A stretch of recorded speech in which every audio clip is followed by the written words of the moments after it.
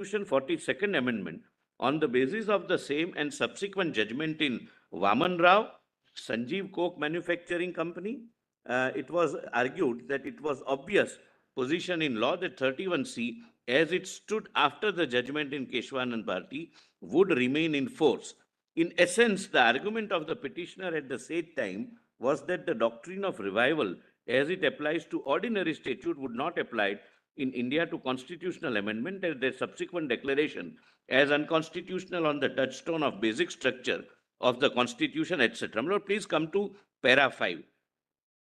When the said matter came up for hearing before 5 honorable judges in the judgment reported in Property Owners Association, I have given the page numbers, rather than dealing with the question raised concerning application of doctrine of revival and its applicability to constitutional amendments in India, which had a bearing on Article 31C, the court dropped the said issue and referred a separate issue to a bench of not less than 7 judges. Lord, I have quoted from that honorable 5 judges bench. Having heard the counsel at length, we are of the opinion that the views expressed in Sanjeev Coke require reconsideration. Keeping in view the importance of the point in issue, namely the interpretation of Article 39B, it will be appropriate if these cases are heard by a larger bench of not less than 7 judges. My Lord, then it comes, my Lord, before the honorable 7 judges, my Lord. My Lord, 7 judges, my Lord, in state of Karnataka versus Raghunath Reddy. My Lord, there were 2 opinions delivered, my Lord. One by my Lord Justice Utwalia, my Lord, who was in majority 4, and minority by Justice Krishna Iyer. But Justice Utwalia categorically notes that though we are not touching this issue, we are not approving or we are not concurring with the minority view merely because we have not touched upon, may not be treated as our having concurred with that view. Now, para 7. The reference of 5 judges in Property Owners Association, that is 5 honorable judges, therefore notes that the judgment in Sanjeev Coke has adopted the interpretation of Article 39B as provided by Justice Krishna Iyer in Raghunatha Reddy on the basis of the same. I'm so sorry. Ranganath, my apologies. Ranganatha Reddy. On the basis of the same, the 5 judge bench in the Property Owners Association opined that the views expressed in Sanjeev Coke concerning the interpretation of Article 39B requires reconsideration and only referred the said issue to a larger bench of not less than 7 judges. Now, my lord, 7 judges, my lord. Para 10, your lordships can come to. During arguments before the said bench, a judgment of 9 honorable judges in Mafatlal Industries was highlighted on the issue of interpretation of Article 39B. After taking note of the same, the 7-judge bench at para 5 referred the following question to a bench of 9 honorable judges. Having given due consideration, we are of the opinion that this interpretation of Article 39B requires to be reconsidered by a bench of 9 learned judges. We have some difficulty in sharing the broad view that material resources of the community under Article 39B covers what is privately owned. Therefore, the only issue before the present bench is whether the phrase material resources of the community under Article 39B covers what is privately owned. Despite the said obvious position, the petitioners have in great detail made submissions on whether 31C survives or in the constitution or not. Well, that's why, my lord, I am pointing this out at the outset. Their written submissions, my lord, give details. In this regard, it is submitted that apart from the fact that said issues stand concluded by multiple judgments of this court, including judgment in Keshwanand Bharti, which specifically upheld Constitutional 25th Amendment Act, it is clear from a reading of reference order of 5 judges and 7 judges in present proceedings that the said issue has not been referred to a larger bench of 9 judges. Then 13. The petitioners have in great detail further placed the challenge to a new provision of MHADA Act and specifically Chapter 8A of the said Act. It is submitted that constitutionality of a state act and individual provisions of the said Act, which would involve application of various other constitutional principles and fundamental rights, may not be adjudicated by a larger bench of 9 judges, as the same may have grave repercussions, etc., etc. And at the end, page 16, my lord, This is what, my lord, our understanding of the reference is. Page 16, my lord. Only issue concerning the interpretation of Article 39. Just 1 second. You're just taking us page 16 or 1/6, my lord. page 16? Page 16. 16, my lord. Page 16 is our understanding, my lord, of the reference, my lord. Therefore, it is submitted. Therefore, it is submitted that only issue concerning the interpretation of Article 39B and whether the phrase material resources of the community includes private property or not has been referred to the present bench of 9 learned judges. The interpretation of Article 31C or its revival or non-revival has not been referred, and the validity of this act is, my lord, not referred, my lord, because I believe Bengal also has a similar act and they are also here. An intervention by Bengal. So they would also, my lord, we will be supporting on. Mr. Solicitor, let's go in the reverse way. We'll tread the path of least resistance. Insofar as C is concerned, where you say don't decide the validity of the MHADA Act in a combination of 9, that there may be some substance in what you say, subject to hearing the other side, of course, that will turn upon, analyzing the individual provisions, looking at the impact of various decisions, and ordinarily that's always left to the regular bench. Regular benches. That's one aspect. Now, coming to B, we see that. Would your lordships like to read the reference order, my lord? We'll see the reference order immediately. But according to you, look, the fact that 31C, the principle that 31C in its original form stands revived as upheld in the 25th Amendment, upheld in Keshwananda. That is now, according to you, that has been the position in our law. Don't unsettle it, because you want 31C to remain there as a government. Obviously, we understand why. Otherwise, also, my lord, kindly take it absolutely logically without going into the marriage. Suppose someday, after 40 years, some mad parliament deletes part 3. Because if we come to the conclusion, that 31C does not stand revived, then of course that will affect the whole lot of legislation. Suppose I am giving a very extreme example. Lord, suppose some parliament, in its wisdom or lack of it, deletes part 3, the deletion comes before your lordships. Your lordships sets aside the amending act. Would there be a vacuum? The answer is no. The fundamental rights will come back. The part 3 will come back. It's as simple. But kindly That's come the to point to be considered. Yes, sir. Volume 5. Volume 5, the reference order. Can we do this? Now, let's hand it over to Mr. Parekh. Only You've got your point. Let him read the reference order and then tell us whether both these issues arise. Let me just place what the issue is. What are the reference orders? How it comes here? You've got your point now. But let's not preempt his argument. He can make that argument. Once he makes an argument on the scope of the reference, we feel that we should allow you at that stage to respond to him. We'll call upon you briefly. What is sought to be suggested additionally that if this court were to hold that 39B is confined to only natural resources and not to any other resource, then the 31C argument may not be necessary. no. So unless the court crosses this. No. If the contrary is held, then Our court has said that, well, 39B would not appear to cover private property, where the material resources of the community would extend to private property or otherwise. tentatively, my lord, reference does say, my lord, that That's right. we are not able to subscribe to that view. That's what my lord is saying. But let's hear Mr. Parekh, so let him open and then we'll get back to you. Certainly. Yes. I'm grateful. In fact, State of Maharashtra first filed detailed submissions on all the issues. The advisor council probably prevailed. They've withdrawn that and now filed this note. Lordship. Hold it again. So may I just indicate, my lords, just to start with just a little background. And I'm appearing in 6 petitions before my lords, which challenge. 5 of them challenge Chapter 8A. We are in appeal, and there's an independent So review. you will be the argument, the initial argument with the 6th matter. Lordships. Then who will follow Mr. Andyatina? Mr. Andyatina and Mr. I am addressing your lordships on 2 issues. Lord, actually the issue of 31C. Lord, I have 3 broad ways I've prepared. I want to give your lordship a brief legislative history of it. I wanted to point out why my learned friend, the Solicitor General, is in fact incorrect. Lord, the question of 31C arises both as a point of reference.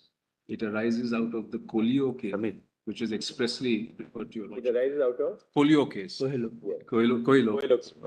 But my learned friends repeatedly correct me on the pronunciation, on the Coelho case. And it even otherwise arises squarely, Lord, in this constitutional challenge, as I will show you, Lordship. So, Lord, the reference point is the least of. We were only on what is the lineup of counsel on your Yes. side, so it's going to be, then. My lord, we are sharing the submissions. I'll be going on two aspects of the matter, my lord. The first aspect of the matter is, can they at all seek the protection of 39C in view of the proviso to 39C? All right. I'll be arguing, Right those now, are the let points Mr. which Parekh I'm start. We just want to know who are the counsels. Yeah. We know about We are- time and everything. So Yes, that- just so that it's clear to your Lordship also, Lord, Mr. Parekh's, Lord, is giving the opening remarks. Lord, he will take about 1.5 hours. Lord, subject to what happens here, Lord, he might take your Lordships to lunch. Lord, after Then you that, will, after lunch, you Lord, will I am start. proposing to start after lunch. All right. And Lord, my rough estimate is 2 sessions, All right. roughly. My lord, I'll be opposing the intervention application of state of West Bengal. All right. Sorry to interrupt. But I'm appearing in one of the. Why don't you all do this? Put your appearances down on a slip of paper and give it to the court master so that he'll circulate it to all of us. The matter arises from the West Bengal case. While it was pending before 5 judges bench, the bench itself said that it would take up our matter after this After this. reference is over. Therefore, we want to intervene. All right. My lord, Anyway, my there is lord, one. so far as states are concerned, my lord, everyone, my lord, assistance coming from everyone. I am not opposing My state lord, of West there is Bengal one or more any state's intervention. Which I would like to Assistance take for should, kind consideration. Now, I will Mr. come, Parekh. what I say. Sorry, not in right now. You know, 11th schedule and 12th schedule. Please sit down. I will hear Mr. Parekh first. So just, my lord, just to begin with, just to give a little summary of what are the issues and what is under challenge. There are 6 matters. The microphone. Wait for 3 minutes. So there are two sets of challenges. One relates to Chapter 8A of the MHADA Act in Maharashtra. It relates to the island city of Mumbai now. And the second challenge is to the Maharashtra Rent Control Act, which is in writ petition 660 of 1998. And one of the reasons, of course, why we filed a writ petition is that there is an earlier judgment of this honorable court, Malpe Vishwanath. Malpe Vishwanath Acharya, which has already held that the Bombay Rent Control Act was void, the provisions relating to rent. And following that, the court adopted a method where they did not strike down the act, but stated that a new act should be formulated, which was in the process, and specifically holds that if the new act does not take care of the issues raised in Malpe, then the new act would also be void. So that's the background. The Maharashtra Rent Control Act is in writ petition, you said 660 of? 660 of 1998. Now, my lords, we had in fact the two matters, Malpe Vishwanath and this one, actually were tagged together at one stage. They were detagged and the Malpe got decided. And this, of course, is still awaiting my lord's decision. Now, just to give a background, these petitions relate to temporary provisions which were brought in during World War II, 1939, first with effect from 1st January 1939. They've continued all these time. There have only been, so to say, 2 increases in rent, while the wholesale price index, and we've given that data, has risen from 7 to over 1,000, but the rents have remained frozen. Before Malpe case, there was only 1 increase of 5%, plus some increase relating to repairs which were carried out, etc. And thereafter, once the Maharashtra Rent Act has come in, then another 5% provisions are there. Now, because the rents, Our court followed Justice Venkatramaya's dictum in Motor General Traders, Lordship, saying that a law which is valid on the date of its enactment Lordship, may cease to become valid by a flux of time. Lordship. And therefore, they said that a World War II law which froze the rents as of 1/9/1940 Lordship. would cease to have validity by just the lapse of time. You can't deprive landlords of the right to demand fair rent. Great, Lordship. And the court gave a certain time window. Correct. That's when the Maharashtra Rent Control Act came. Correct. They took the cutoff date as 97, right? They took, but because 97, 89. 87, 87, but a 4% increase every year. correct. Lordship. But because the rents were already frozen for the premises, it actually went back to January 1939, because from 39 to 87, there had been no change, except 1 increase of 5%. So Broad challenge which that's a broad challenge. And in fact, so that's the Rent Control Act. And if I succeed on that, in fact, my second challenge becomes easier because Chapter 8A provides that if 70% of the occupiers decide to acquire the property, then they have to pay 100 times the rent of the property, monthly rent, not even yearly rent, pay 100 times the rent, and you become the owner of the property. And it's occupier, not even tenants. And we'll, of course, make our submissions on that. Now, if I succeed on the rent control and the rent is invalid, then possibly my challenge to 8A becomes much easier. On 8A also, I'll, of course, independently make my submission. Now, my lords, this matter comes through before your lords' 9-judge bench combination by 4 reference order. First, 2 judges referred it to 3.325, 5-7, and 7-9. So may I just very quickly indicate, before briefly indicating the facts, the 3 reference orders. First one gives no reason, so I'm not taking my lords to that. The first one from 3 to 5 is 1st May 1996. And if my lords has volume 5 of the convenience compilation, it starts at page 2787. Volume 5, page 2787. Gotcha.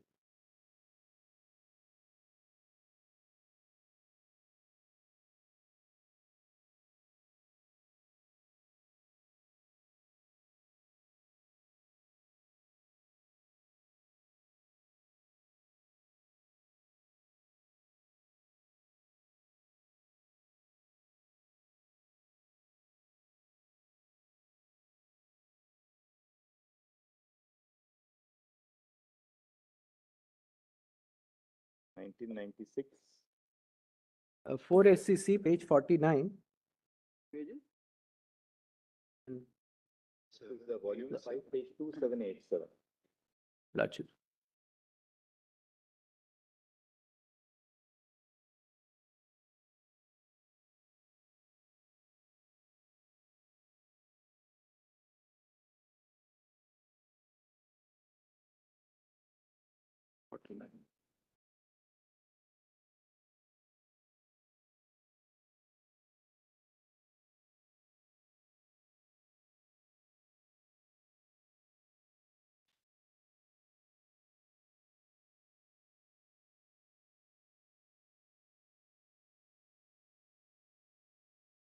My lords, as paragraph 1 on the next page.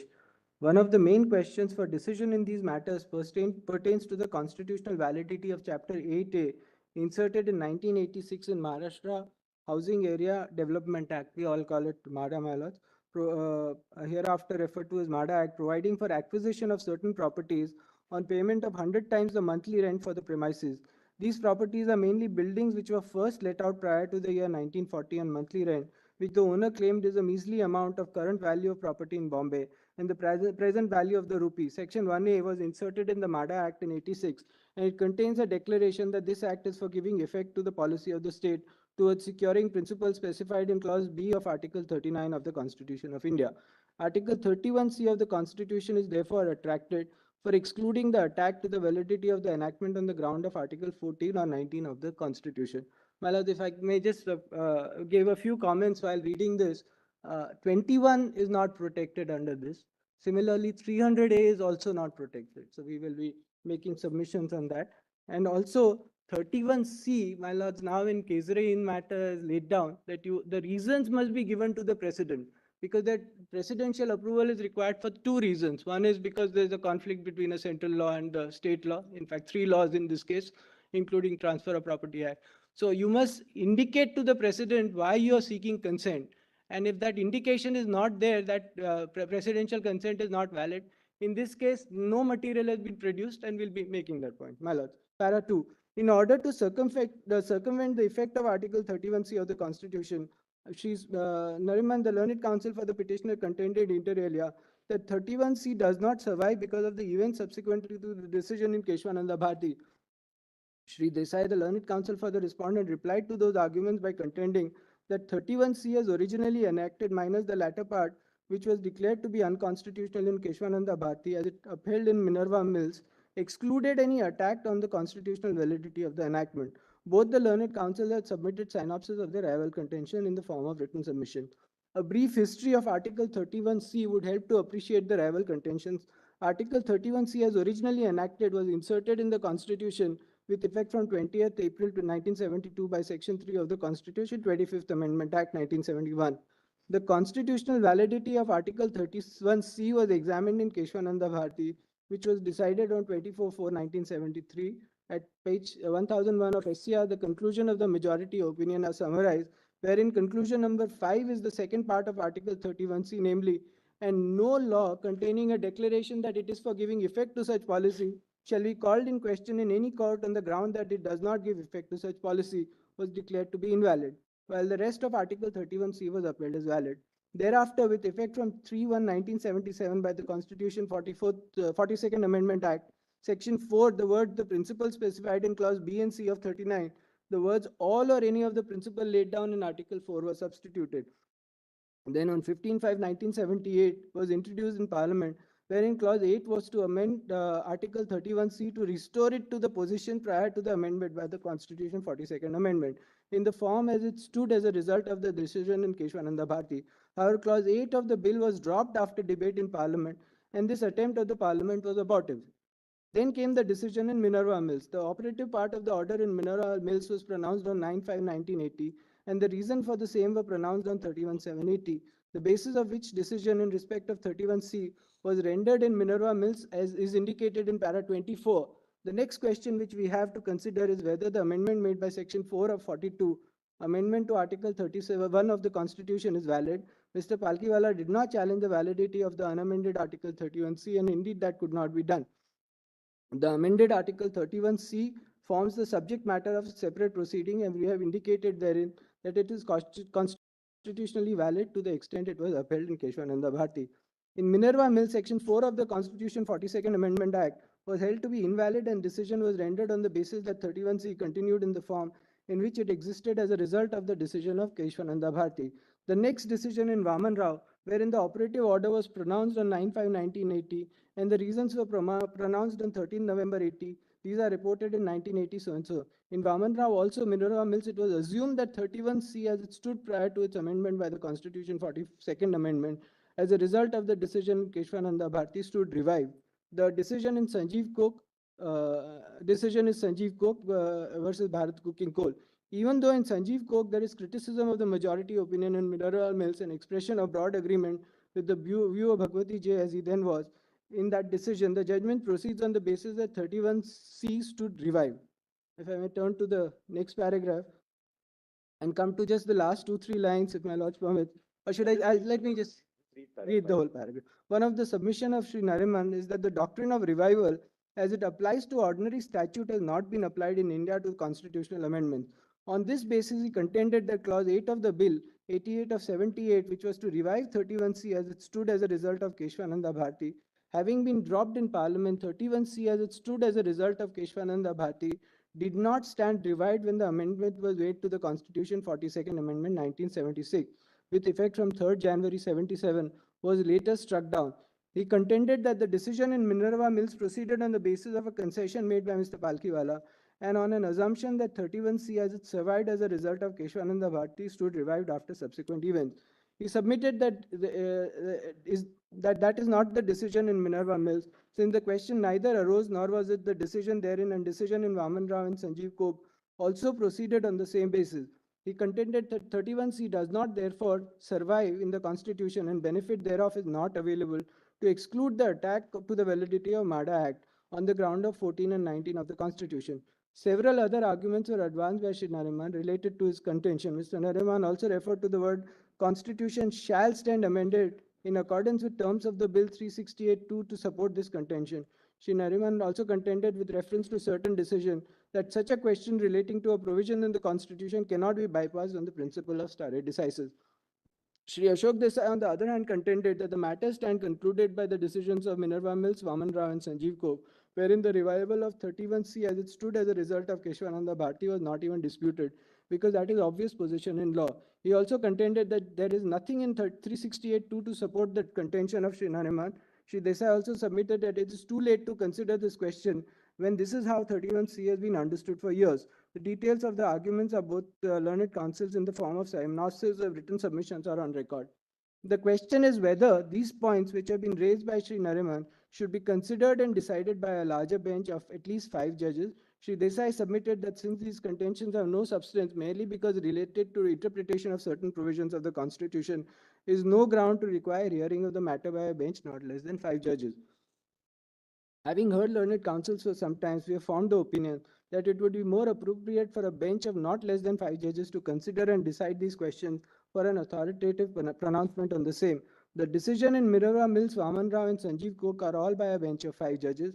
The question in the form it is raised by Shri Nariman did not arise for consideration in any of the decisions which were rendered on certain premises as indicated therein, which assumption is now seriously challenged by Shri Nariman. Even it is assumed that Article 145(3) of the Constitution is not attractive, it does appear to us that in order to settle the controversy on this point, which is of some significance, and to avoid the questions being re-agitated before another bench of less than 5 judges, the more appropriate course is to refer the matter for being heard and decided by a bench not less than 5 judges. For the aforesaid reason, we direct the papers be laid before the learned Chief Justice for constituting a larger bench of not less than 5 judges. Now, my lords, this is the first reference, and then the matter did come up before 5 judges, and that is now reported at page 3150 of volume 5 as 2001 4 SCC 2001. 4 SCC page 455 Get it in volume 5A. 3150.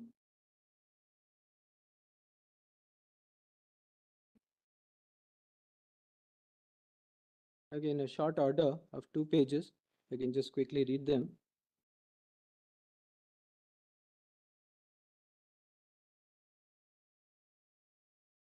Again, the background is given.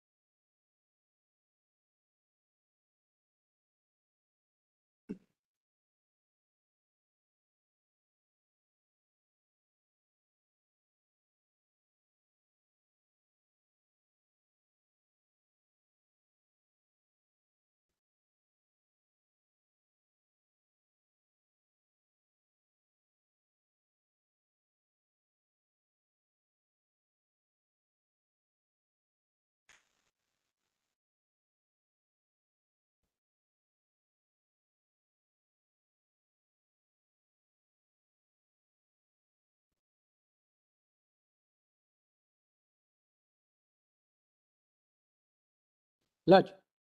My Lodge has volume 5, page 3151, This is second. para 1.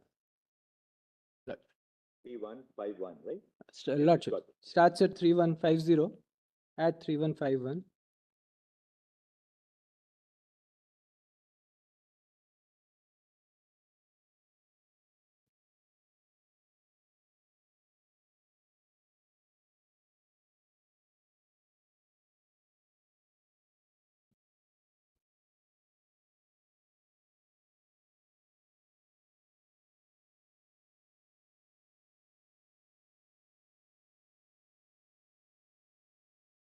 Yes. Gotcha. In these cases, the main challenge is to the constitutional validity of Chapter 8A, which was inserted in 1986 in the MADA Act in 1976, which inter alia provided for the acquisition of certain properties and payment of 100 times the monthly rent for the premises. By the said amendment, Section 1A was also inserted in the Act and contains a declaration that Act is for giving effect to the policy of the state towards securing the principles specified in Clause B of Article 39 of the Constitution of India. In view of Article 31C of the Constitution, the contention of the state was that the validity of any part of the statute on the ground that it violated Article 14 or 19 of the Constitution was not permissible. The case was heard by a bench of 3 judges. At that time, on behalf of the appellant, a contention was sought to be raised inter alia to the effect that 31C did not survive because of the events subsequent to decision in Keshwananda Bharti case. It was also submitted before the bench that the doctrine of revival as it applied to ordinary statutes did not apply to the constitutional amendment, and when a part of the 42nd Amendment which amended 31C had been held to be invalid, it did not result in the automatic revival of the unamended 31C. In view of the aforesaid contention which was raised by the order of 1596 reported in so-and-so, the matter was referred to a larger bench of not less than 5 judges. We heard the counsel and led on various issues which arise in these cases. One of the points which arises for consideration relates to interpretation of 39B of the Constitution. In state of Karnataka versus Ranganath Reddy, validity of the Karnataka Contract Carriage Acquisition Act 76 was challenged, and the question which arose was whether the state government could acquire and then transfer countersigned portion of the interstate permits to Road Transport Corporation. 2 judgments were delivered. In that case, Justice Krishna Iyer J, for himself and 2 other learned judges, while concurring with the decision in Utwalia J, with whom 3 other judges agreed, interpreted 39B of the Constitution and then came to the conclusion that the Act had direct nexus with 39B, and by virtue of Article 31C, its validity could not be challenged on the ground of it being violative of Article 14, 19, 1F of the Constitution. Utwalia J in this judgment observed that we do not consider necessary to express any opinion with reference to Article 31C read with Clause B and C of Article 39 of the Constitution. Our learned brother Krishna Iyer J has prepared a separate judgment specially dealing with this point. We must not be understood to agree with all that he has said in his judgment in this regard. The need to interpret 39B again arose in Sanjeev Coke versus Bharat Coking Coal. While upholding the validity of coking coal mines, Nationalization Act 1972, the 2 other connected enactment, the Constitution bench adopted the interpretation of Article 39B as enunciated by Krishna Iyer J in the Ranganath Reddy case. This interpretation has also been followed by a division bench of this court in state of Maharashtra versus Basantibai Mohanlal Khetan. The interpretation put on Article 39B by Krishna Iyer J in Ranganath Reddy case was not specifically assented to in the majority decision, but in Sanjeev Coke it is observation in the judgment of Krishna Iyer J which has been followed. Having heard the counsel's at length, we are of the opinion that the views expressed in Sanjeev Coke case requires reconsideration, keeping in view the importance of the point in issue, namely the interpretation of 39B. It will be appropriate if these cases are heard by a larger bench of not less than 7 judges. The papers. Now it's very clear. Ranganath Reddy, the occasion for a reference to 9 judges arises because Ranganath Reddy was a decision of a bench of 7 judges. You had the majority judgment of Justice Untwalia concurred in with on behalf of 3 other judges, that makes it 4. And Justice Krishna Iyer concurred in with by 2, that makes it 3. The majority judgment says that there are certain issues which have been dwelt with on by Justice Krishna Iyer on the interpretation of 39B and C. We should not be read as having accepted his interpretation. Justice Krishna had specifically held that material resources of the community will also include private property, Lordship. right? So 4 judges said we are not expressing any view on what has been held by Justice Krishna. Correct. Therefore, the occasion for a reference to 9 Correct. arose because clearly the views in Sanjeev Coke, which follows Ranganath Reddy, Correct. is something that this bench of 5 judges doesn't agree with. Correct. But they had to refer it to 9 for the reason that Ranganath Reddy Or 7. is 7. Lordship. And in Ranganath Reddy, though it's a view of the minority on the Lordship. interpretation of 39B, Lordship.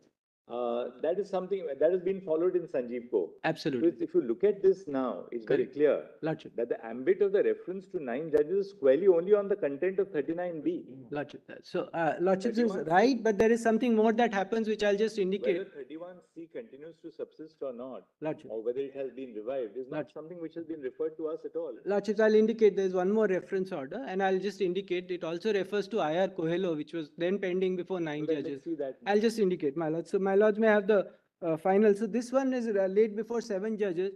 And my lord recalls that time the understanding was that you could only refer it to the next larger bench. But my lords may now come to 2013 7 SCC 522, which is the final reference order, which is in volume 5, page 3409. By 7 judges? Lordships, 2013, volume 7 SCC 522, 2013. volume 7 SCC 522. At volume 5, page 3409 PDF. 409. Lordship.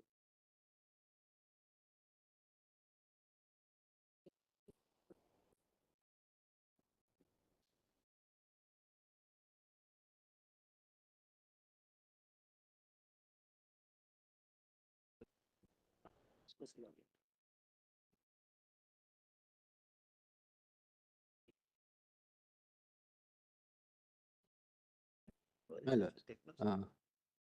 May I just start first? Bench of 5 learned judges is referred to 7. Put shortly, the question is as to the interpretation of 39B of the Constitution, which speaks of the distribution for the public goods of ownership and control of material resources of the community. In state of Karnataka versus Ranganath Reddy, 2 judgments were delivered. In the judgment delivered by Krishna R.J., speaking for himself and 2 other judges, the view was taken that material resources of the community covered all resources, natural and man-made, publicly and privately owned. The other judgment delivered by Utwalya J. on behalf of himself and 3 other judges did not consider it necessary to express any opinion with regard to 39B. It was, however, made clear in this majority judgment that the learned judge did not subscribe to the view taken in respect of 39B of Krishna R.J. The view taken by Krishna R.J. in Ranganath Reddy was affirmed by a constitution bench in Sanjeev Coke. Now, in the course of the arguments before us, the learned Solicitor General for Union of India and the state of Maharashtra has drawn our attention to the judgment of a bench of 9 learned judges in Mafatlal. Speaking for himself and 4 other judges, Jeevan Reddy J. said that material resources of the community are not confined to public resources, but include all resources, natural and man-made, public and private, owned, is repeatedly affirmed by this court. Now, of course, we'll make our detailed submission, but this issue never arose in Mafatlal, where the question was of unjust enrichment, whether taxes, if they are held to be void, how do you return that? Lordship. So, Question of refund. Lordship, absolutely. So 39B did not arise at all. 5 read with 39. Paid or not on that. Lordship. So this issue never arose. These were just observations, and we will be submitting this was obiter, but be that as may I continue. And reference was made to the case of Ranganath Reddy, Sanjeev Coke, and state of Tamil Nadu, L. Abu Kavur Bai. Having given due consideration, we are of the opinion that this interpretation of Article 39B requires to be reconsidered by a bench of 9 learned judges. We have some difficulty in sharing the broad view that material resources of the community under 39B covers what is privately owned. Now, my lords, next paragraph is important. Given that there is some similarity in the issue here involved and in IR Coelho versus State of Tamil Nadu, which already stands referred to a larger bench, preferably of 9 judges, we are of the view that these matters should be heard by a bench of 9 learned judges immediately following the hearing IR Coelho. Now, I have to indicate this. Coelho has nothing to do with 39B. The issue there was, even though it's been put in the 9th schedule, are 14, 19, and 21 available to the extent they affect the basic structure. And there are observations there which my lords may consider in this matter also on 31C also, which says even though you put it in the ninth schedule, the trinity of rights under 14, 19, 21 can still be taken for the purposes of challenging a particular law, a specific law. So there, of course, there was a constitutional amendment to add it to the ninth schedule. Here, despite 31C has no such provision, there are observation in Coelho which says that I can still challenge, and therefore we'll be pressing that point also. That despite the fact, even if my lords holds that 31C survives, that it's protected by 39B, my right to challenge under the trinity of 14, 19, 21 still survives, which is what Coelho has said. So we'll make that good. Deshwananda Bharati. Lordship. Deshwananda Bharati, they affirmed whatever was there prior to the judgment of. Lordship. Incidentally, it is tomorrow, 24th of April, 73. But anything thereafter has to meet the challenge. Absolutely, I'm grateful. But therefore, my lords have thereafter held that even acts and statutes, not just constitutional amendment, cannot be violative of the basic structure, and point out there are two direct judgments that even acts on the standalone basis can be challenged on the ground that they violate the basic structure. And Coelho, now 9 judges of my lord's court, have upheld the same. Now, there are observations that 31C also this will apply in Coelho itself, but that issue did not squarely arise here, there. But if you now look at the last two orders which you have shown us, Lordship. the 7-judge Lordship. and then of 5, Lordship. the two orders really dwell on 39B. Lordship. There is really no reference to 31C. Lordship. Or nor is that point specifically referred to the bench. Except in para 6, insofar as they say await Coelho. So Coelho would then be that are those rights available? Because they probably wanted to await Coelho because another 9-judge. Coelho must have been, my lord, on the anvil of being listed. It has some impact. On the anvil of being listed. That But is that absolutely- appears to be. No, I was also appearing in Coelho. It was not on the anvil of being listed. But we pointed out that the same issue arises there in the context of 31B. That even if you put that act in the 9th schedule, you can still challenge it on the ground of violation of the basic structure. And that's the issue we raise here also, that even if it's protected by 31C and we fail in all our other contention, it is still open, and that's the short issue we want your lordships to consider. So why does a bench of 9 have to consider that issue? Because, in fact, the Coelho reference order explains that, but Coelho, as 9-judge bench, decided this issue for 31B. So we'll indicate, my lords, as we Very tenuous like that. it is to that limited extent, yes. But my lords, we are, just give me a moment.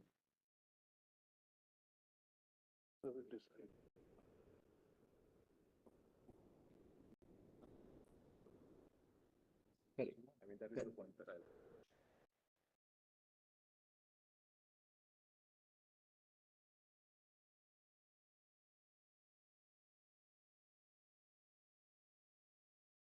The 3 ways we also discussed that. May I just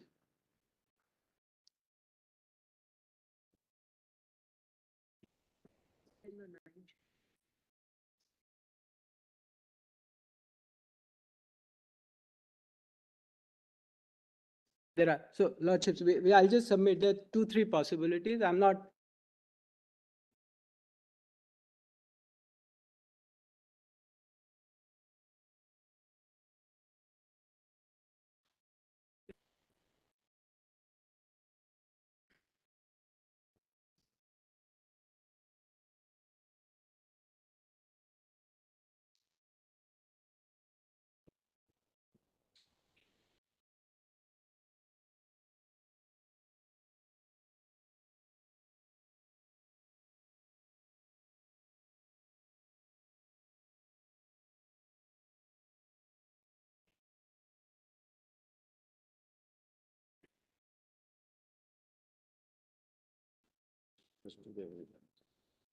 Lordship, so I may just, this is what we consider, my lord. I'll just place it before you, and then you may consider as you, my lords, may.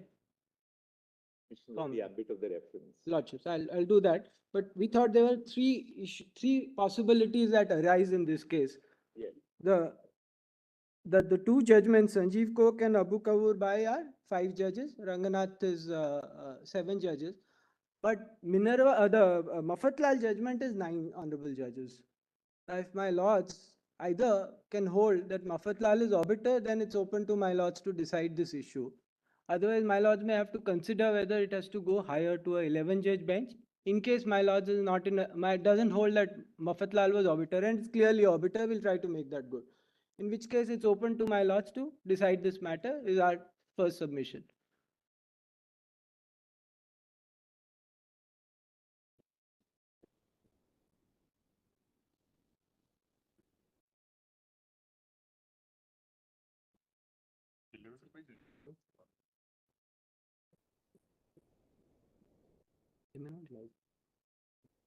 Tell me, what is this?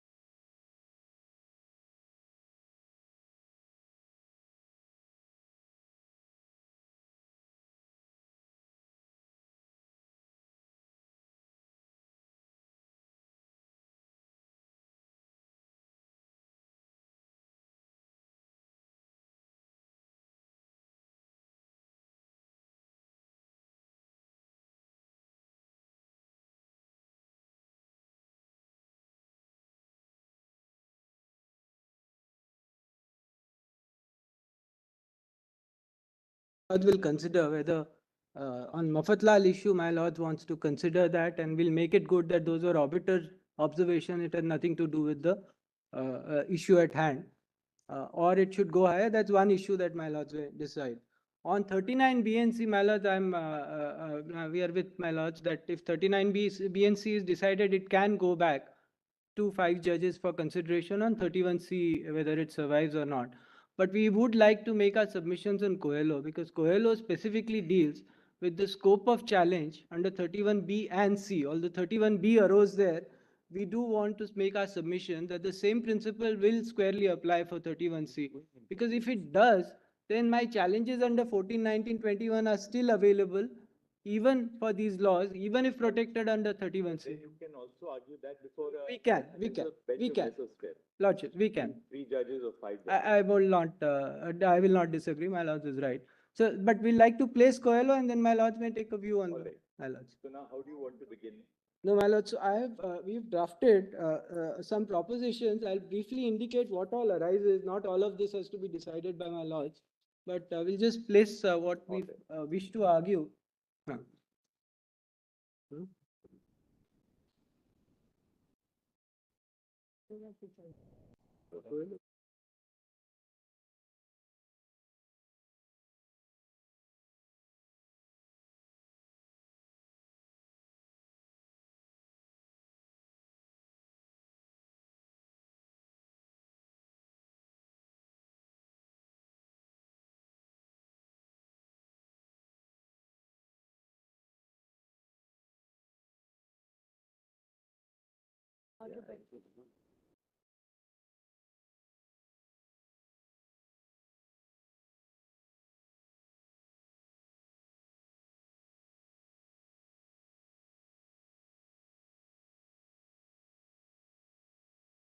Seeing these issues, and then if my lords permits, I'm proposing to read the Malpe judgment and then hand it to my colleague, Mr. Anjarujina. So these are the two aspects. So may I just indicate these are the issues that we feel arise. Most of them, of course, will not be have to be considered by this bench, but I wanted to place these on before my lords. The first is whether Article 31C of the Constitution of India survives after the judgment of this Honorable Court in Minerva Mills in so and so, striking down Section 4 of the 42nd Amendment Act. Now, whether Chapter 8A of MADA has received the assent of the President of India is required under the provision of 31C and as decided by the judgment of this Honorable Court in Kesre, that is reasons were given, etc. and they did not produce that. Whether the onus of proving that the assent of the president was in compliance with Kesre Hind is on the state and whether they have discharged the burden. And that again squarely arises from the pleading, but we'll make submissions on that. Now, whether the material expression, material resource of the community occurring in 39B of the Constitution would include private properties, and whether Chapter 8A of MADA subserves the purpose of 39B and is for public good. So one, because 39B has two parts, material resources for public good. So we are submitting on both. Now, whether Chapter 8A of MADA and Maharashtra Rent Act can be challenged under Article 14, 19 and 21 of the Constitution of India in light of IR Coelho versus State of Tamil Nadu, even if Article 31 survives. Then 7, whether MADA and Maharashtra Rent Act are invalid, being contrary to 21 of the Constitution of India. Now on that we are again, I'm just indicating the point, 21 is not protected, 31C is only for 14, 19. 21 is right to life, and there are reports of the respondents themselves, their committees, which say that there are a lot of landlords who are poor. Not all landlords are rich and not all tenants are poor. A lot of landlords have put in their hard-earned income in building a house and they're not even able to survive. All their reports, we place them on record, is what we'll be arguing. Drive down Marine Drive, right, in Mumbai. Lordship. And you see all those buildings, you know, the Art Deco buildings. They're most of them are tenanted. Lordships. All of them, in fact. All of them. All of them, in fact.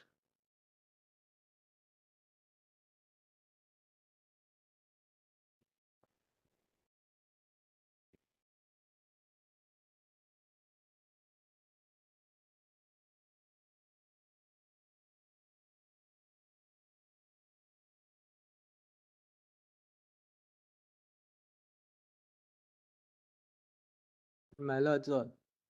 The rent of most of those apartments do not exceed 200 rupees, even today. That's it.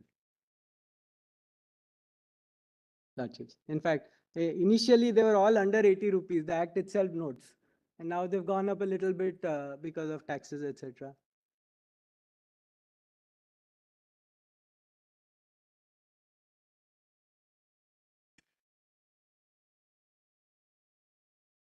Property is relatable to the annual letting value.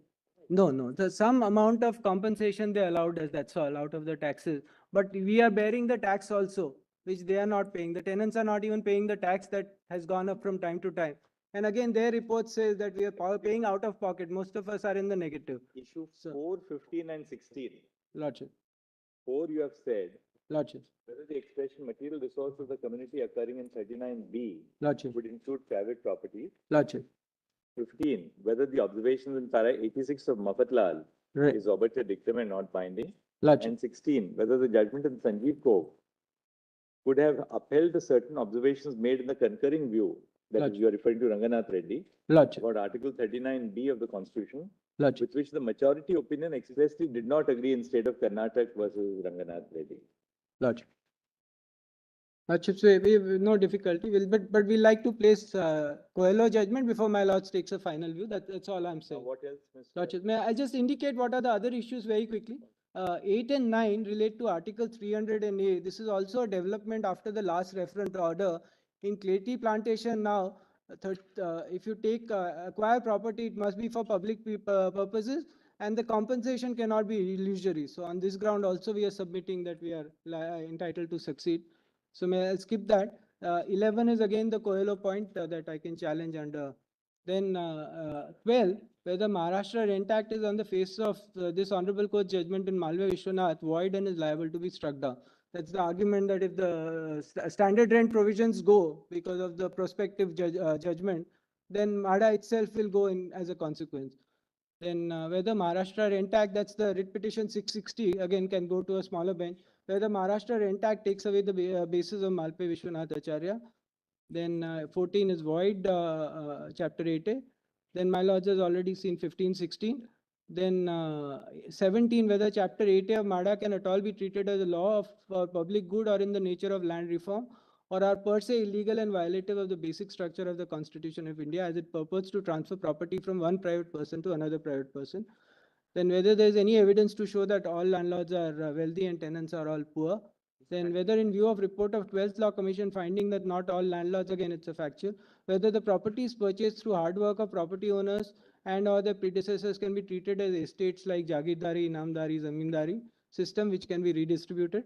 then whether Chapter 8A was enacted merely as a misconceived attempt to deal with their own wrongs, including inter alia freezing of rents, failure to build adequate housing, as also prevent disabling the landlord from maintaining the tenanted premises while failing to maintain the same themselves. So, my lord, these are not all the issues we are submitting before my lord. My lords, with that, I'll only point out one judgment, which is the Malpe judgment, where my lords has already dealt with the Rent Act, and then I'll request Mr. Andharujan to take over on 31. No, you're taking 31C, right?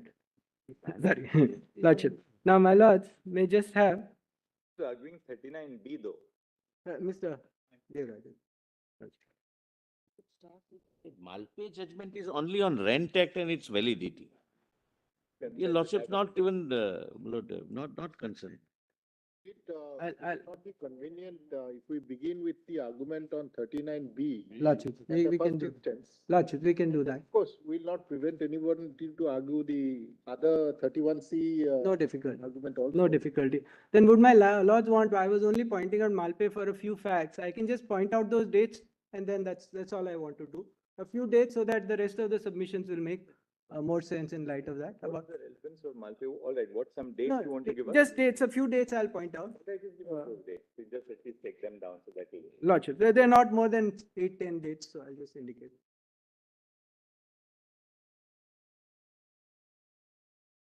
So this whole process started on 19/6/1939, when the Bombay Rent Reservation Act froze the rent with effect from 1/1/1939. 9639, what happened? 19/6/1939, the Bombay Rent Reservation Act came. Rent Restriction Act came.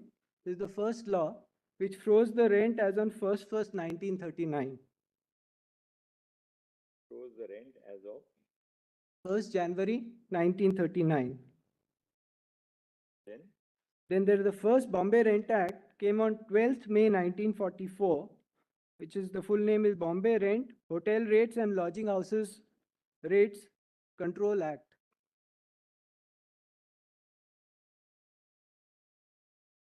Then 13th February 1948 is the Rent Act, which was then considered in Malpe judgment. Bombay, Bombay Rent Bo- Act was 12th May 1944, right? 12th May 1944 and then 13th February 1948. It was replaced by a new law. So we are concerned with 13th February 1948. Then my lord, MADA came again twice. 5th December 1977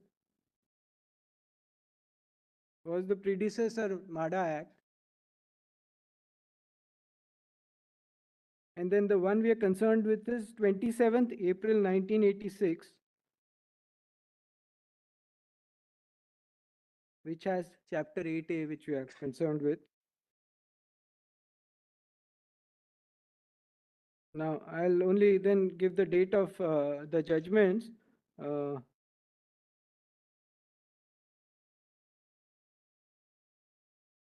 Then the judgment in Malpe Vishwanath Acharya is 19th December 1997.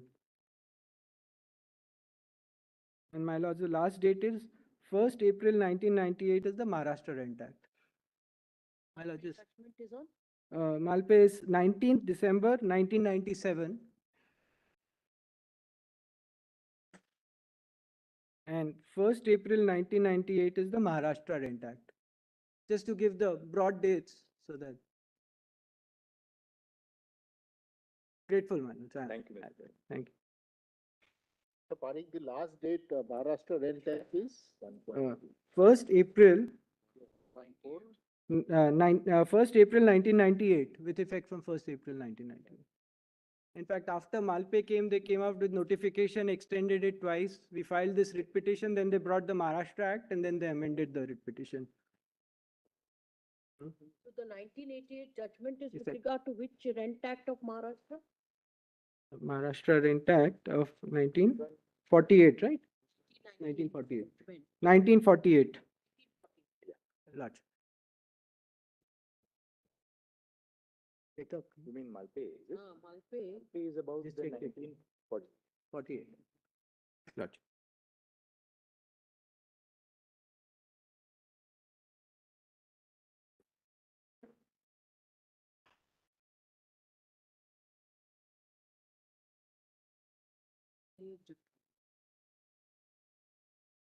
Take it there, I will come back.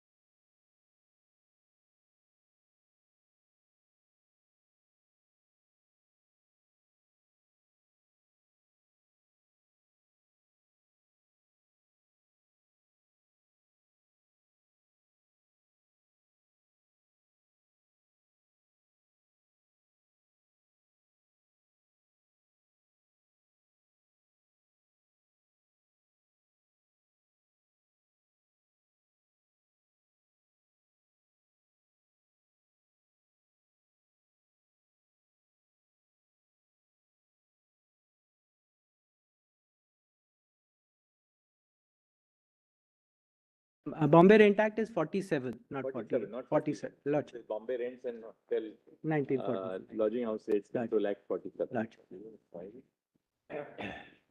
I'm grateful. Thanks, Mr. Parekh. No, it's yours. Yes, Mr. Parekh. Lord, I have noted everything that your lordships have said.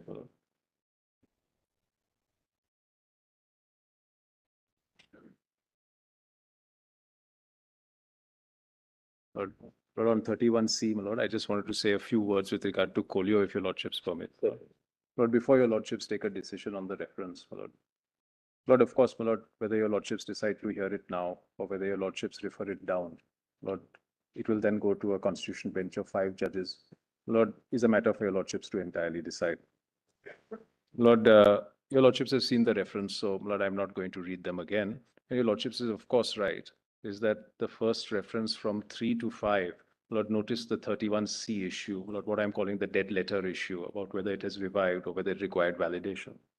Lord, in the subsequent reference, in one sense, that was noted but not mentioned again. And undoubtedly, the reference to your lordships today arises out of the last order. Now, my lord, it's a matter of construction about how your lordships read that last order. And I quite appreciate, my lord, the Chief Justice's point that actually the reference is on the Mafatlal judgment and the 39B point. But, my lord, I wanted for your lordships to consider this. I'm not sure that, Lord, it has become clear in the order what exactly the significance of Colio is. Lord, I'm fully aware of the fact that your lordships are fully seized of Colio. But Lord, if your lordships will hear me on that for 2 or 3 minutes, because Coelho, right? Coelho only. Lord, Certainly. because I believe, Lord, it has a very significant bearing on 31C, and on the facts of this case. No, but I'll just summarize it first, Yes, Your Lordship. certainly. Polio itself was a case which was referred to 9 judges. Lord, it was referred to 9 judges, and I will show Your Lordship the reference. Lord, as a result of inconsistencies which were noted in the judgments of Vaman Rao between the then Chief Justice, Justice Chandrachud, and Justice Bhagwati's judgment, and also the judgment in Minerva Mills and Vaman Rao. I'll show Your Lordship that. Justice Bharucha, as he was then, Chief Justice Bharucha, as he was then, Lord, therefore referred the matter up. Lord, the question that was framed before the 9 judges in Coelho was with reference to 31B. Lord, it concerned the Tamil Nadu Act for acquisition of land. Lord, the Gudulur Janmam Acts, so on and so forth. Lord, the question was framed on 2 bases. Lord, one is the question with regard to whether 31B is valid.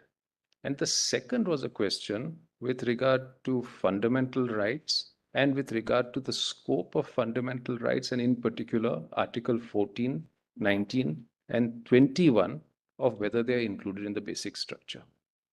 Now, my Lord, as Your Lordships know, my Lord, Keshav Nanda, my Lord, has been a decision which has been constantly evolving by a process of interpretation from time to time. Lord, although, Lord, the majority in Minerva Mills came very, very close to saying that 14 and 19 are a part of the basic structure, they didn't say so in terms. Lord, they went on then to strike down the amended portion of 31C and upheld it the unamended portion of 31C. Lord, this question has now been squarely addressed, Lord, in the Coelho judgment. Lord, I'll come straight to the point, Lord. The Coelho judgment now entrenches. Now, there's a little bit of controversy, I'll come to that in a bit, Lord, but entrenches 14, 19, and 21 as part of the basic structure. Now, Lord, first to put the point a little simplistically, Lord, Your Lordships are fully aware of 31C. Lord, 31C is the safe harbor provision. Lord, in the event that 39B and C stand attracted, then there can be no challenge on the ground of 14 and 19. The Lordships are also aware that originally there was 14, 19, and 31. Lord, when the right to property got deleted, Lord, that was also consequently deleted. Now, Lord, if 14 has been held now to be a part of the basic structure, the real question that arises in my respectful submission to Your Lordship is how effective the validity of Article 31C ruled upon in Keshav Nanda Bharti remains. And Lord, I'll just tell Your Lordship why I say this, Lord. But as Your Lordships are aware, Lord, in Keshav Nanda Bharti, Lord, 31C, the latter part was struck down, the declaratory part. The first part was, however, upheld. Lord, it was upheld, Lord, like everything about Keshav Nanda Bharti, Lord, in a fascinating way. Lord, 6 of the judges who believed in the unlimited power of the Constitution to amend, Lord, upheld it. Justice Khanna upheld it on a slightly different basis, drawing a parallel with 31A. Although, as we all know, that Justice Khanna, in fact, believed in the implied limitation and the basic structure theory. Lord, that was interpreted, Lord, in Minerva Mills. It was read through in Vaman Rao, as I'll show Your Lordship. And, Lord, we are now presented with the effect of the Coelho judgment. Because, my Lord, the language of 31C, and Your Lordship will just see the wide language, Lord, it brooks no interference with 14 and 19 rights. So, Lord, and there's a lot to be said, my Lord, with regard to how you will. Let's read the statute. Would Your Lordship mind, my Lord? Yeah. Lord, if Your Lordship will come to 31C. Statute, the provision, yes. My Lord, I have prepared a short note on Coelho also. I'll just come to that in a bit. 31C, saving of laws giving effect to certain directive principles. Notwithstanding anything contained in Article 13, no law giving effect to the policy of state towards securing. Now, my Lord, this is the portion which was struck down in Minerva Mills, all or any of the principles laid down in 39(4). Therefore, Your Lordship will read it in the old language, which says in relation to 39B and 30. 37 in our books. Yes, Your Lordship is perfectly correct. The principles specified in clause B or clause C of Article 39 Perfect, my Lord. So that is, my Lord, my revival argument. shall be deemed to be void. Shall be deemed to be void on the ground that. Now, my Lord, please note the sweep of this, my Lord, that it is inconsistent with, or takes away, or abridges any of the rights conferred by Article 14 and 19. Or the latter italicized portion is the portion which was struck down in Keshav Nanda Bharti. So, my lord, today, my lord, with the Kolio judgment, my lord, it is very difficult to understand what force remains in Article 31C.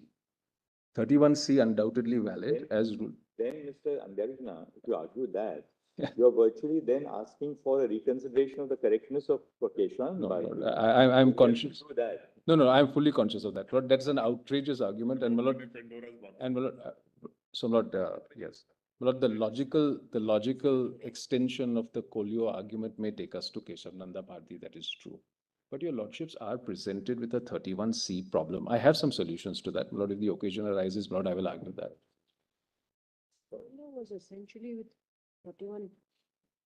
Because, my lord, what meaning is left in 31C if we say that every aspect of 14 can be used as a challenge?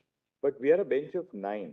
We are bound by the principles which have been laid down in Keshwan and Bharati, which upholds 31C as it was originally enacted. Correct. And as originally enacted, 31C gave, as you rightly said, it's a safe harbor provision in respect of a challenge to the laws giving effect to the directive principle contained in 39B and C on the ground that it violates Article 14 and 19 of the Constitution. Now, that has been upheld by a larger bench of 13, or by a bench of 13. By a bench of 13 judges. For us, that's now a dictum. I mean, that's a given, that 31C is valid. I accept that. Right? And therefore, there's no reason for us to go into the impact of Coelho on the correctness of the decision on Keshwan and the Bharati. So, my lord, that is a very far-reaching proposition. Your lordships are right. And, my lord, against that suggestion, Lord, if at all I made it, my lord, is of course the Minerva Mills dicta, my lord, where actually they said that whatever be the case. These walls are witness to what happened after Keshwanan, when a review was assembled in this very court, and then abruptly it was discharged. We'll not forget that history of our court. We'll now allow Keshwan to rest where it is. No, but long may it rest in peace, my lord, undoubtedly. My lord, so, Lord, not just rest in peace, but as a vibrant part of our discourse, isn't it? As it is today. Because once we open up the canvas, there'll be. Then we'll say that 6 judges are right. Continue to guide us. No, my lord, I don't say that. But just bear with me for a minute, my lord. Guide us. No, my lord, so the Minerva. The 31C in its original form, as upheld in Keshwan, we'll of course, we will see Coelho for 5 minutes with you, no difficulty. No. We'll treat 31C as upheld in its original form by Keshwan and Bharati to be the position which binds a bench of 9 judges. And then we accept it, Lord, accept it, my lord.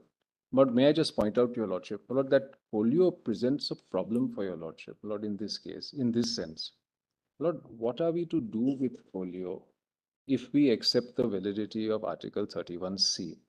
Because, I mean, my lord, your lordship sees that it is quite obvious that 31C is now effectively emasculated as far as it comes up against 14 and 19. But 14 and 19 challenge now in view of the Kolio judgment is a basic structure challenge. Lord, assume that 31C was brought in for the first time by an amendment today. Lord, it would be beyond the amending power of the Constitution. And being beyond the amending power of the Constitution would be void. Now, Lord, I quite appreciate everything that your lordship has said, but it is a very serious issue which arises, Lord, in the context of 31C. Now, Lord, I show your lordship Kolio. But Kolio was a judgment actually under 31B. What the question framed in paragraph 5 was under 31. Correct. 9 schedule question. Lord, they don't actually strike down 31B. In fact, what Kolio veers towards is an exposition on fundamental rights. And there are some questions that arise, but one thing it does is that it entrenches these three, Lord, 14, 19, 21. Those laws which were inserted in the 9th schedule as of the date of the judgment in Keshwan Bharati are immune. Yes, your lordship is right. Those laws which were inserted in the 9th schedule after the 24th of April 1973 would be still amenable to a challenge under... but which is exactly, if your lordship recalls, what the majority also said in Minerva Mills. Which is what... In Vaman Rao, it was sustained, this view. Cut off. But minerables, I'll show your lordship, Vaman Rao and minerables, both. Now, Lord, the point that I leave your lordship with, and the point for consideration. So there, really speaking, why should a bench of 9 go into these issues at all? The first thing you ask yourself is, why 9? What is the occasion for 9 and not 7? And the occasion for why 9, why not 7, why not 5, why not 3? Actually, the reason for the constitution of a 9-judge bench is obviously because there's something operating in a 7-judge bench, which is a matter of concern. Now, actually, in this case, Ranganath Reddy, the bench of 7, has not said that 39B will include resources of a private nature, right? Majority. In fact, it's quite to the contrary. Justice Upadhyay specifically in his majority opinion keeps that issue open, saying that we are not Agreeable with. We shouldn't be construed to have agreed with Justice Krishna's viewpoint. The problem, yes, there's a specific paragraph on that. Yes, ma'am. Now, the problem arose because Sanjeev Koch lifted Justice Krishna's perception on the interpretation of Article 39B and made it a bench of 5. Now, it could have been resolved by 7 also. It could have been resolved by 7 by saying that, look, what was done in Sanjeev Koch was plainly incorrect because it overlooks that the view of Justice Krishna was a view of a minority on that subject, or at least a plurality and not a majority in Ranganath Reddy. But the 7 judges thought that we should refer it to 9 only because in the meantime Mafatlal has come. And Mafatlal has that observation in para 86. Now, if we come to the conclusion that, look, that observation in Mafatlal is obiter, because Mafatlal was really dealing with unjust enrichment. There's an observation that would end the issue on Mafatlal, 1. 2, if we then construe the judgment in Sanjeev Koch to the extent of interpreting Ranganath Reddy, we'll say that the bench in Ranganath Reddy, the 7-judge bench, has not laid down this principle at all as a principle of constitutional law. Of course, we are a bench of 9. We can still look at the interpretation of 39B, whether it will apply cover private property as well. And you may argue that 39B should not cover material resources of the community cannot mean material resources of a private person. That is something which you can certainly argue before us. No, my lord, I leave it up to your lordship, my lord. As I said, it is your lordship's reference. 31C argument here, we'll, of course, we're 45 minutes short of lunch. We'll all have a conversation between ourselves. But in the meantime, yes, but I fully appreciate what your lordship says, and it is your lordship's order of reference, but it is for your lordships to decide. And of course, the 39B point can get us home as much as the 31C point as well. So, my lord, that stands. 31B is essentially a validation provision. They wanted to validate certain things by virtue of that. The 9th schedule. 9th schedule. Yes. So it has a restrictive scope also. 31B has a restrictive scope. Yes, my lord, what your lordship say, my lord, what resonates with me. In fact, that is our argument. Mr. Devarajan will make it for us. My lord, that actually, my lord, it is difficult to say that private property falls within 39B. My lord, that the so-called concurring judgment, it's called a concurring judgment, my lord, delivered by Justice Iyer, Justice Krishna Iyer, where he says that I agree with everything, but it's such an important issue, so I want to say something more on it. And my lord, he then slightly extends the principle in an axiomatic way to say that actually private property is obviously a part of 39B. And as your lordships have rightly pointed out, subsequent judgments have picked up that observation which was made by Justice Krishna Iyer. And my lord, if at all, my lord, the consequence, the impact on this case, if that it is not a part of private property, my lord, then a large part of our challenge, my lord, has a good chance of succeeding. So, my lord, that is how the impact lies on our case. And your lordship's absolutely right about 39B. My lord, I don't think I can say more on 31C. My lord, your lordship's interpretation of the reference order, of course, my lord, is, my lord, perfectly correct. My lord, I had only thought that the impact of Colio was something that required consideration by your lordships. Because, my lord, the problem with Colio. Please show us Coelho. Can I show it to your lordship? Let's go to Coelho because, we. But in the time left, my lord, will your lordship just have a look? My lord, I've prepared a very short note, but I wonder, would your lordship like to see the judgment itself? That might be better. You have your note here? I have a note where I've extracted actually, because all these judgments are so long. So I took the liberty of making some extracts. It's uploaded. That'd be nice. It's uploaded. Is it uploaded? Yes. Is it But it's,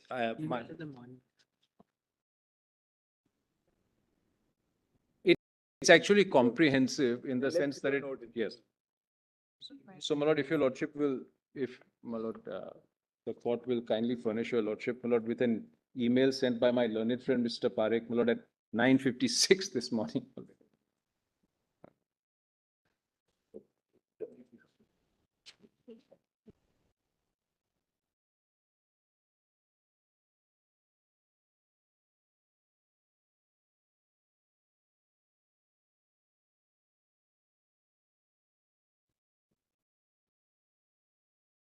We should have placed on.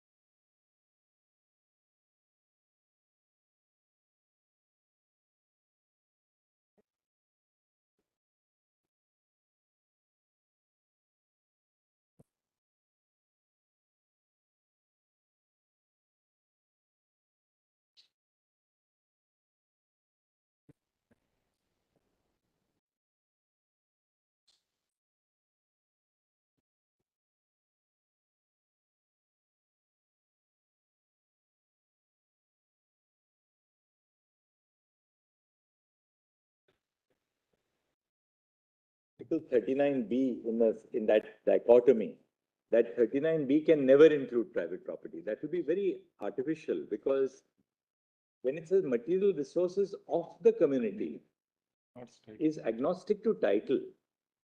You know, it doesn't mean that, well, where the title, it doesn't make that, distinction between a case where title vests in a private person as opposed to title in the community. Or I see that point, right? Lordship is So in a right. given case, take mines, for instance. They may be private mines, but in a broader sense, these are material resources of the community. The title may vest in a private individual, but these, therefore, for the purpose of 39B, our reading should not be constricted, but must have that broad understanding of 39B. So, political sense. Or take a case like these buildings in Mumbai. Technically, you are right that these are privately owned buildings. Well, what was the reason for the law? We are not commenting on the legality or the validity of the law. That will be tested independently. The reason why the state legislature came out with this was that, these were all buildings, old buildings of 1940. With the kind of monsoon in Mumbai, these buildings get, dilapidated because of the saline weather. You know it better than me. Because of the Only saline slightly. weather. That, the fact that the rents were so meager that the landlords had no motive to at all to repair them. So where will the landlord, poor fellow, find any money to repair the buildings?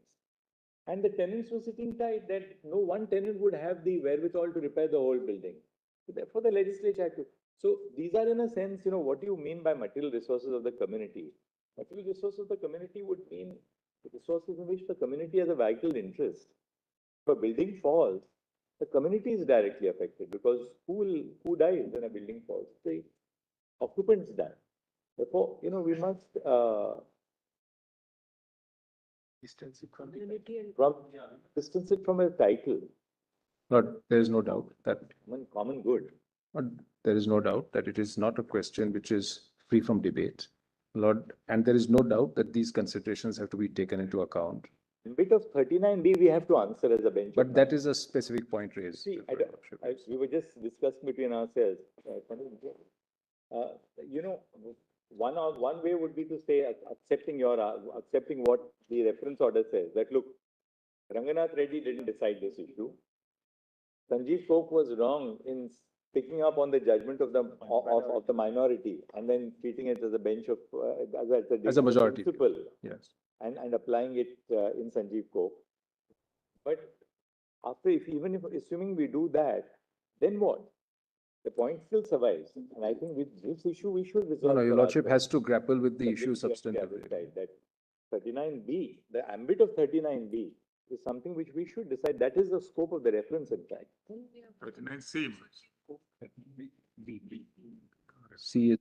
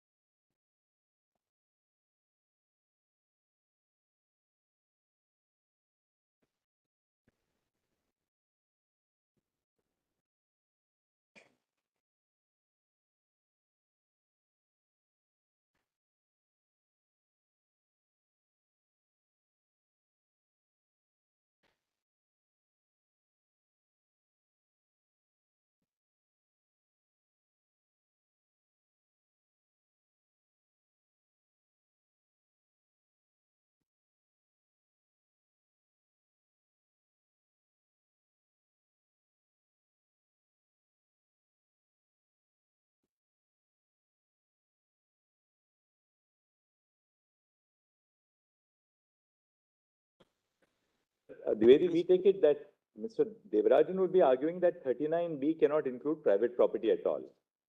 And you would be saying that it can. It can. Right? But Yes. obviously you will be addressing us as a matter of first principle also. We Yes, take of it. course.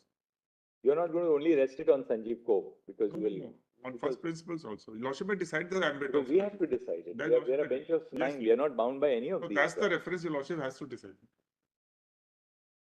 And it will be better, because otherwise again and again this. And there'll be some finality to this. you Yes. see, because what's the point in again having a ping pong bottle That's that right. will go before 7, then 7 will again have to interpret what Mafatlal meant. At least we in 9, we can at the least say that Mafatlal was obiter Yes. and then decide it. We may still come to the same conclusion. But 7 can't, then 7 will be bound by even the obiter of Mafatlal. So it may not be enough to say that Dalal is obiter and leave it at that and send it back. That may not be appropriate. We will have to decide it. Lordship may decide. It's desirable that Yes, yes. Well,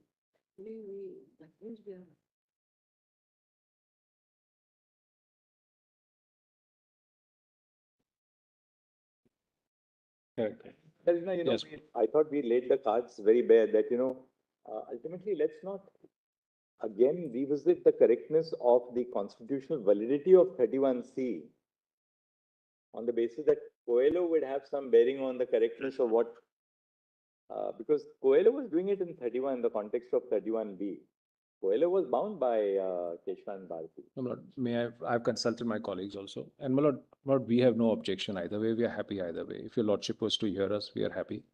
If your lordship sent me home early, I'm happy with that. No, nothing of the My lord, on the other hand. This, as an act of judicial statesmanship, we should be very careful about, No, opening up a canvas which may then have untold ramifications. No, my lord, I fully see that. My lord, I fully see the significance of the point. And we have some arguments on Coelho, which we can run. But you have put in so much of hard work. Why don't No, you my lord. I'm very note happy on to Coelho? In any case, there's something interesting. I will show it to your lordship in a few minutes. Cross or note? We'll My lord, see your note. yes.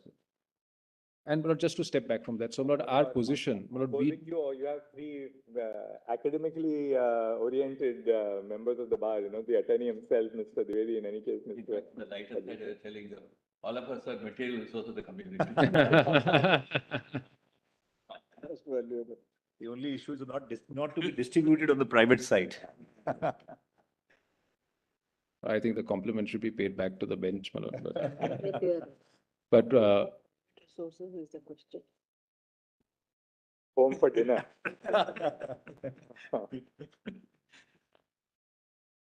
my lord, speaking for ourselves, my lord, we are perfectly content with that. My lord, we will argue the Coelho point, my lord, before a smaller bench, once your lordship takes a view on 39. There's no problem with that. My lord, we have various ways to deal with Coelho, so we can do that. There's no problem. If your lordship would like to see Coelho, my lord, I'm happy to show your lordship what we have. It is actually a very, very interesting issue. It is a very interesting issue for more reasons than one. I won't take more than 20 minutes. Yeah, of course. 31B, of course, creates an immunity for acts in the 9th schedule. Yes. But now, how do we apply the logic of Coelho to 31C? That is the point. Now, my lord, let me address your lordship first on that. Yes. So, my lord, as I pointed out to your lordship, that Coelho and the question that is also framed there is actually a question which revolves around 31B. Now, my lord, some scholarly critique and criticism of Coelho, Lord, has been precisely this, that it has not really answered the question with regard to 31B, at least to the fullest extent. But what Coelho did was to make a very clear statement on what is included in the basic structure as far as these three rights are concerned, 14, 19, and 21. Lord, I think it would be open once again to some comment about whether it actually captured everything that it said in the judgment in the conclusion. Because in the judgment, it does suggest that, in fact, there are other fundamental rights which could also be entrenched in the basic structure, but it doesn't actually pick them up in the conclusion. Or the other aspect of Coelho, Lord, which, Lord, with the greatest of respect, Lord, I say to the learned judges, Lord, they've laid out a very complicated test for testing 14 against the relevant law. Well, they've laid out two tests. Well, one is the rights test, and the second is the essence of rights test, which they draw back to Nagaraj's case, Justice Kapadia's judgment. Lord, when those two tests will apply is also alluded to in Coelho, and Lord, it is a difficult to understand part of Coelho, Lord, where the suggestion is that the rights test, which they also call the right stroke impact test, will apply where an entire chapter of the Constitution is abrogated, whereas the essence of rights test will apply to an individual article which stands affected or abrogated. What subsequent judgments of your Lordship's court, Lord, have been, Lord, with the greatest of respect, a little cloudy about what exactly is the scope of those two tests also. But in my respectful submission, at least one judgment has mixed up the two tests as well, as I'll show your Lordship. So, my Lord, Coelho itself gives rise to several questions. I fully appreciate the fact that this may not be the right forum to tackle Coelho in its entirety, but perhaps my attempt today can be to show your Lordship that an appropriate opportunity, Lord, there are some creases which need to be ironed out in the Coelho judgment. If you're taking 20 So, minutes, let's look at your I'll try to quickly deal with it, my Lord. So, my Lord, if your Lordship will have a look at my note.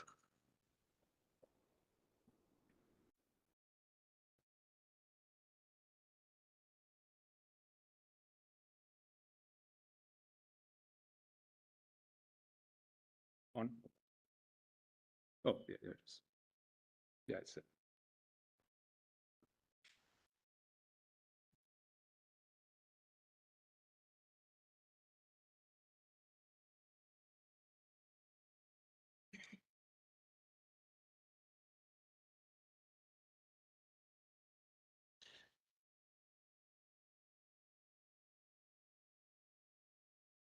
Lord, do your lordships have my note, my lord?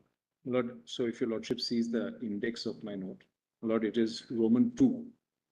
And Lord, I've tried to make it comprehensive with regard to what I want to say with regard to Kolio.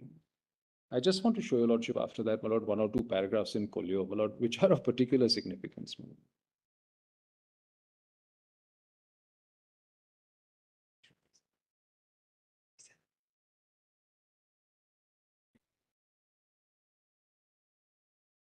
Yes. My lord, in paragraph 1, my lord, I've just set out, my lord, what your lordships have already read. Now, my lord, in paragraph 2, my lord, I've dealt with the ref. Can we scroll it?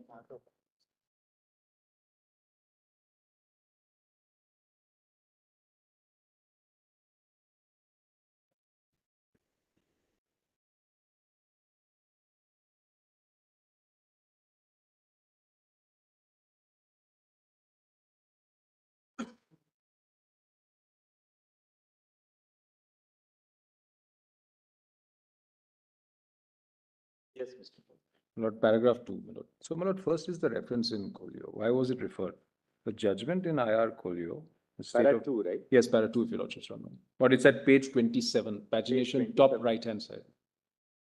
It looks something like this. Yes. Just go to para 2. To para 2. Yogesh, go to para 2. So, my lord, we are on para 1. I follow, my lord, we can follow it here.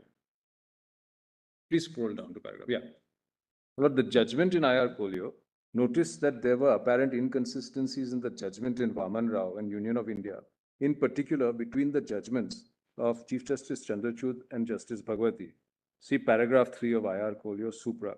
Accordingly, the 5 judges in IR Kolio stated that the judgment in Vaman Rao needs to be considered by a larger bench so that the apparent inconsistencies therein are reconciled and it is made clear whether an act or regulation, which or a part of which is or has been found by this court to be violative of one or more of the fundamental rights conferred by Article 14, 19, and 31 can be included in the 9th schedule, or whether it is only a constitutional amendment amending the 9th schedule that damages or destroys the basic structure of the Constitution that can be struck down. So your lordship notes the question as formulated. It's slightly changed when the 9 judges actually dealt with it. Further, the 5 judges in Kolio also noted that the decision in Bhimji Singh Ji case will also have to be considered by the larger bench for the purpose of arriving at a conclusion aforementioned. Now, just by way of a temporal context, your lordship is aware, Lord Vaman Rao, Minerva Mills, Lord 1980. Lord Minerva Mills, July 1980, Vaman Rao, November 1980. Lord Definitive order pronounced on the same day, 9th May 1980. Exactly, my lord. Interim order pronounced on the same day, reasons given separately, but one before the other.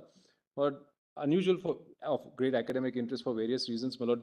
Magisterial dissent by Justice Bhagwati in Minerva Mills, picked up as Sanjeev Kok, as your lordship notes.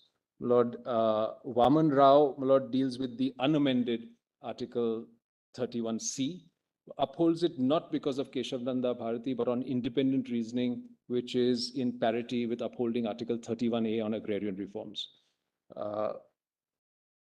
Lord, on the other hand, my lord, in Minerva Mills, Lord, an interesting point, my lord, that the Sikh Industries Act, which was challenged there, was actually an act which took effect prior to the amendment to 31C. But yet 31C was struck down, Lord, on the annual of 14, 19, and 21.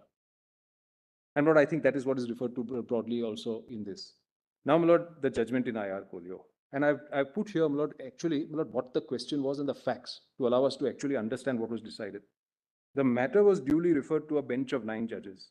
The judgment is reported in so and so. The challenge before this High Court was that the Gudalur Jannam Estate Abolition and Conversion into Rayatwari Acts 1969, insofar as it vested forest lands in the Jannam Estates in the state of Tamil Nadu, was struck down by this court in the Balmadis Plantation Limited because this was not found to be a measure of agrarian reform protected by 31A of the Constitution. Section 2C of the West Bengal Land Holding Revenue Act 79 was struck down by the Calcutta High Court as being arbitrary and therefore unconstitutional, and the special leave petition filed against the judgment of the state of West Bengal was dismissed. By the Constitution 34th Amendment Act, the Janvam Act in its entirety was inserted in the 9th schedule by the Constitution 66th Amendment Act. The West Bengal Landholding Revenue Act in its entirety was inserted in the 9th schedule. These insertions were the subject matter of challenge before the 5-judge bench. So, the very troublesome aspect of the 9th schedule was that after a court had set aside a statute, despite the constitutional basis of it being set aside, not being altered by Parliament, they could simply validate it by putting it into the 9th schedule. Well, that has been long the criticism of the 9th schedule. But the contention urged before the Constitution bench was that the statutes inclusive of the portion thereof which had been struck down could not have been validly inserted into the 9th schedule. The judgment, now the question, your Lordship will immediately notice a slightly different question from the question referred. My Lord, the fundamental question, Lord, as my lady pointed out, but on and after 24th April 73, whether the basic structure document was propounded, it is permissible for Parliament under Article 31B to immunize legislation from fundamental rights by inserting them into the 9th schedule. And if so, what is the effect on the power of judicial review of the court? So the question frame, not against me on the 31C point, is that it was squarely a 31B question which was framed. But my Lord, please see now how it was answered. Now, my Lord, I'll take your Lordship straight to the conclusions, my Lord, longish judgment, 150 odd paragraphs. In conclusion, we hold that a law that abrogates or abridges rights guaranteed by Part 3 of the Constitution may violate the basic structure doctrine or it may not. So, my Lord, not every part of Part 3 is a part of the basic structure. But a classic example, what I've often puzzled about is 18, my Lord, titles. Lord, it seems to be an odd inclusion in Chapter 3, but it seems to be strange to say that it is an inalienable human right, etc. So, Lord, they've noticed that. They've said not every part of Chapter 3 is actually entrenched.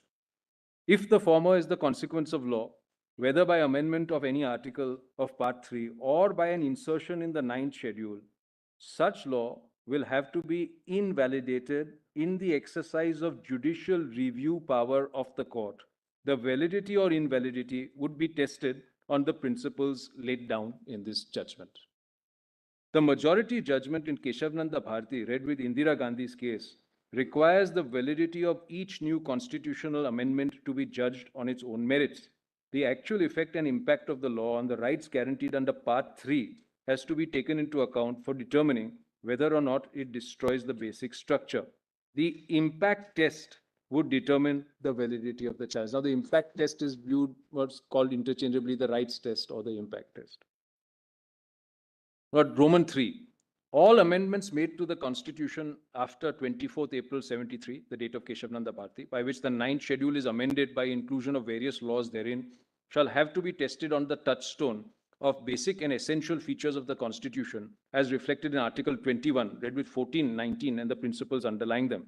To put it differently, even though an act is put in the 9th schedule by a constitutional amendment, its provisions would be open to attack on the ground that they destroy or damage the basic structure of if the fundamental rights or the rights taken away or abrogated pertain to the basic structure.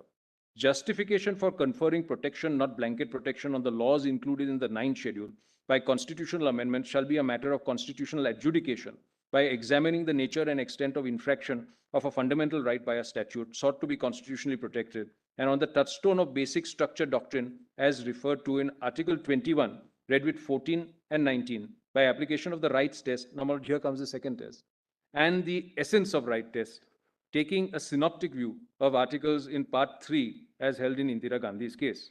Applying the above test to the 9th schedule laws, if the infraction affects the basic structure, then such laws will not get protection of the 9th schedule. This is our answer to the question referred to us, Vide Order 14-999 in IR Kolio and State of Tamil Nadu. So, my Lord, so far, my Lord, it would be difficult to say that this is a 31C judgment. This is very much a 31B judgment. I fully appreciate that. Lord, 5, if the validity of any 9th schedule law has already been upheld by this court, I'm so sorry, my Lord, small error, it would not be open to challenge such law again on principles declared by this judgment. But that was the pernicious effect of 31B. Lord, however, if a law held to be violative of any rights in Part 3 is subsequently incorporated in the 9th schedule after 24th April 73, such a violation infraction shall be open to challenge on the ground that it destroys or damages the basic structure. As indicated in Article 21, read with Article 14 and 19, and the principles underlying thereunder, action taken and transaction finalized as a result of the impugned acts shall not be open to challenge. Now, my lord, some of the salient features are set out here. My lord, before I go to the salient features, my lord, your lordship knows enough of the judgment. My lord, just to take a view, I'll take your lordship to my submissions on this and come back. My lord, the salient features, my lord, I must confess to plagiarism, my lord. I've taken them from my learned friend, Mr. Devarajan's note, which he had kindly shared with me, my lord. My lord, he had done such a masterly job of it, my lord, I saw no reason to alter it in any way. My lord, may I take your lordship, my lord, straight now, my lord, to the conclusions that I have drawn in paragraph 9. But I'll come back if necessary to the salient features. But more broadly speaking, what the judgment does is that it broadens the defense that is given by fundamental rights. Lord, it is said it is no longer an isolated pools. It should be viewed as the principal controlling influence over the amending power. So, Lord, that is the broad thrust of what this does. Lord, there are certain observations with regard to 31C I'll come to. Now, Lord, the conclusions I have drawn, Lord, are these. Well, the conclusions that can be drawn from the judgment in IR Colio as stated below. When a law abrogates or abridges rights granted by Part 3 of the Constitution, it may or may not violate the basic structure doctrine. The test to be applied is either the rights test or the essence of rights test. The rights test is as under. First, the court must test whether there is a violation of Part 3. And second, if such a violation is found, its impact must be examined in terms of its effect and substance to see whether it destroys the basic structure of the Constitution. In the event it does, then I quote, invalidation has to follow. The essence of right test is explained in M. Nagaraj's case. Within Part 3, 14, 15, 19, 20, and 21, your lordship noticed that this was not recognized in the conclusion, but it is in the body of the judgment, are recognized as a part of the basic structure. The validity of 31A and 31C were not questioned and accordingly expressly held to be valid. Now, Lord, this is the interesting observation, despite the denial of Article 14. And on the basis that these articles have indicia, which is not there in Article 31B. Now, my lord, some observations on the impact on the present case. And my lord, your lordship will take all of this in the spirit that, my lord, I accept what your lordships say, and my lord, it may or may not be decided by your lordships. My lord, applying the essence of rights test. My lord, essence of rights test, my lord, slightly different from the rights test. My lord, summarized to mean that we must go behind the principles with each of the fundamental rights. My lord, I had thought, my lord, that a reference to essence would be a narrowing down of the right, but actually it is a broadening of the right. What it says is that we must go by the principle of the right. So we must read the Constitution as a whole for that. So Article 14 should not be read, for example, in a formalistic manner, but we must read it in a broad manner in accordance with the spirit of Article 14. Applying the essence of right test since 21, read with 14 and 19, the principles underlying them have been held to be a part of the basic structure. Article 31C, insofar as it is inconsistent with or abridges rights under Article 14, destroys the basic structure. Even applying the rights test, the same result follows. Accordingly, the consequence, now, my lord, is that invalidation of 31C has to follow. Now, my lord, this is controversial, I see that. But what, let me set out my thought process for your lordship. There was no challenge to 31C in IR Colio. The statement with regard to 31A and 31C and the fact that they differ from 31B should be understood in that context. In the present case, the question of 31C squarely arises, and other things being equal, but what I mean is if you exclude Keshav Nanda, etc., and subject to what is stated below, it is open to this Honorable Court of 9 judges to examine the validity of 31C. This is especially so as Colio has observed that 31C results in a denial of Article 14. The determination of the validity of 31C in Keshav Nanda Bharti is, however, binding.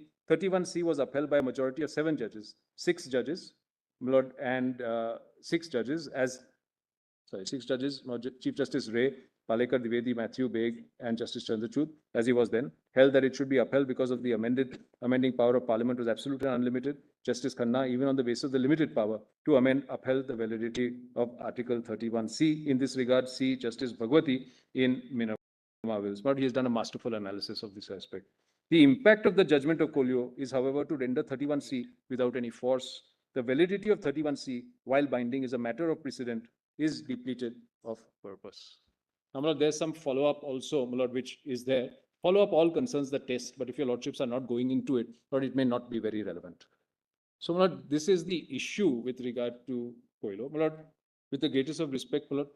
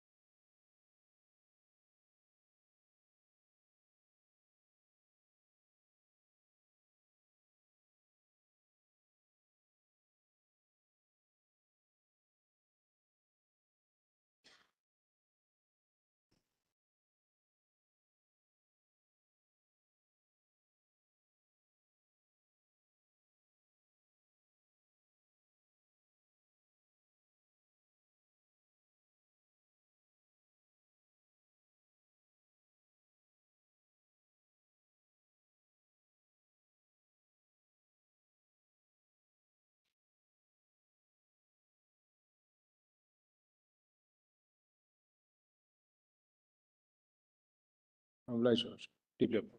Thank you, Mr. Deeply obliged. Yes, Mr. Devaraj. Now, you're going to be arguing the 39B point basically.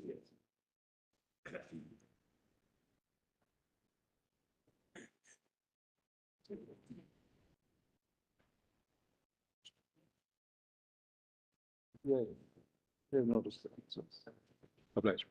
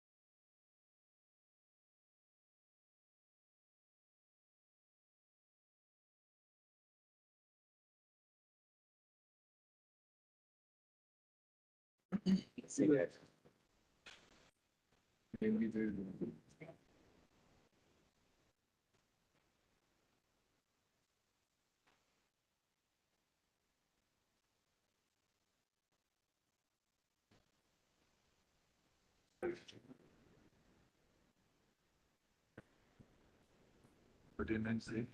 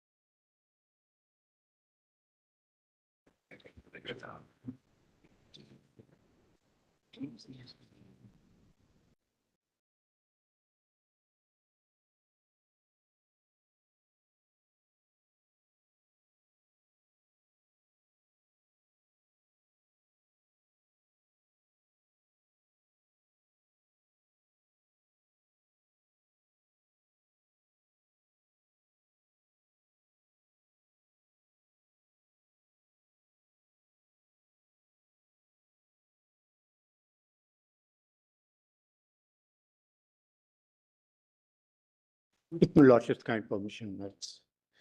My Lords, before I attempt to interpret 39B, I would request your Lordships to have a look at section Article 39.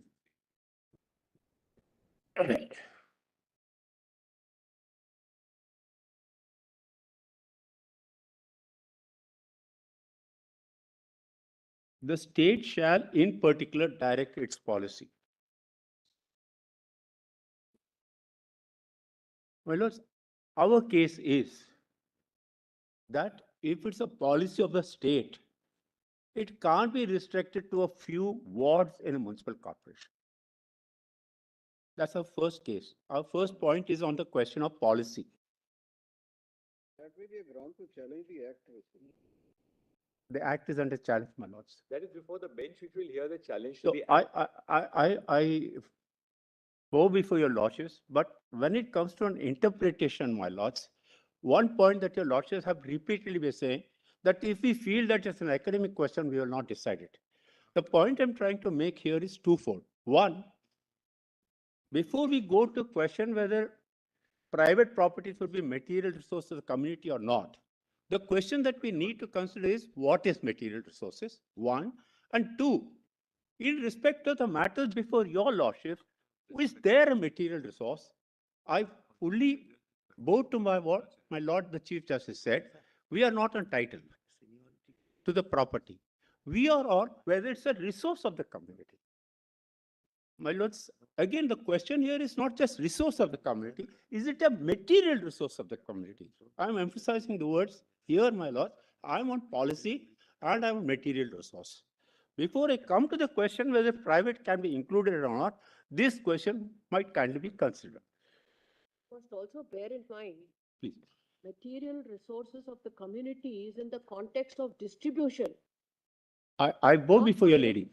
I bow before your ladyship's suggestions, my lady, because our case further, when we go through, I will take the liberty of taking your lordships through the act. Only that's chapter 8A, because that might clarify quite a few points. Is there a distribution of control? Is there a distribution of material resources? Now, material resources, once I can zero down and say that material resource should be that resource which produces goods or services for the community. If it does not produce goods or services, it would not fall within the category of material resources. That is my humble submission for your lordship's kind consideration. Here, my ladies, what is the situation? The situation is that a cess was levied on these landlords and tenants for carrying out structural repairs. The state says it is our duty to carry out structural repairs. When I say state, my lord, I refer to the board. If they don't carry out structural repairs, they don't give me the wherewithal to carry out repairs, my rent is frozen at 1940 levels, the cost of all building materials, construction materials are shorter, and I'm not put in a position to carry out repairs, would such buildings form a material resource, much less that of the community? This is a question which I would try to satisfy your lordships, that this is not a material resource, much less of the community. That's the first. Clause B has 4 aspects. The primary aspect is material resources of the community. What is it dealing with? It is dealing with the distribution of the material resources of the community. What facet of distribution is it dealing with? It is dealing with ownership And control. and control. Because are so distributed qualifies ownership and control. Correct. Ownership and control of what? Of the material resources. And for But what purpose? distribution of what? Distribution of the ownership and control of the material Material resource. Now we are. Now, what is the object? To subserve the common good. And the fact that the legislature, that the constitution uses the expression ownership and control is very significant. Ownership refers to the title or the vesting of the title. Control is much broader in its understanding because it's not confined to title. Here, my lords, I'm raising 2 issues for your lordship's kind consideration. The first, as I already indicated, my lords, when the constitution says that the state policy of the directorate's policy, now would it be only for the city of Bombay? Would it be only for the district of Nasik, or should it be that policy should be over the state? This is the primary question. That wouldn't worry us because then the state can always make an under-inclusive classification. Yes. Then you say that, look, the condition of the buildings in Mumbai is so unique that you don't have to legislate, you don't have to regulate the entirety of the state. That the state can easily, So that here, is not an issue at all. my lords, On if first it were a regulation, my lords, I would have bowed to your lordship's suggestions immediately.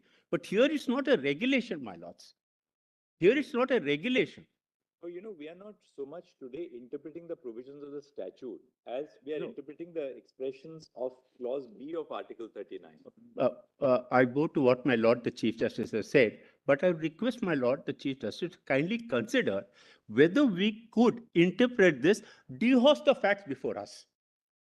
Because this question has come to your lordships on the basis of certain facts which were there. But when we when we are interpreting Article 39B, we don't interpret it in the context of that statute today before the bench of 9 judges.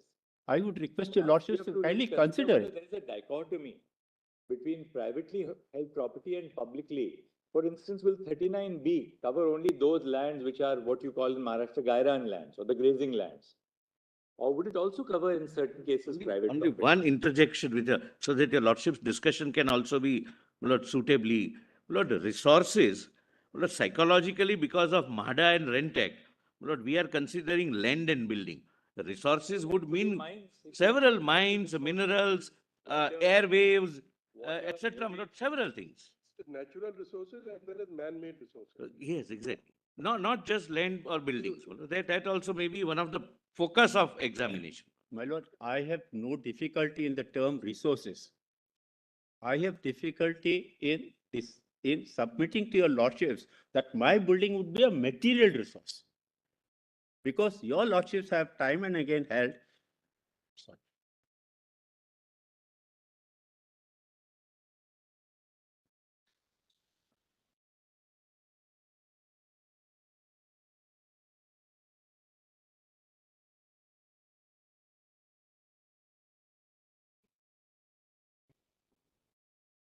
What are these about?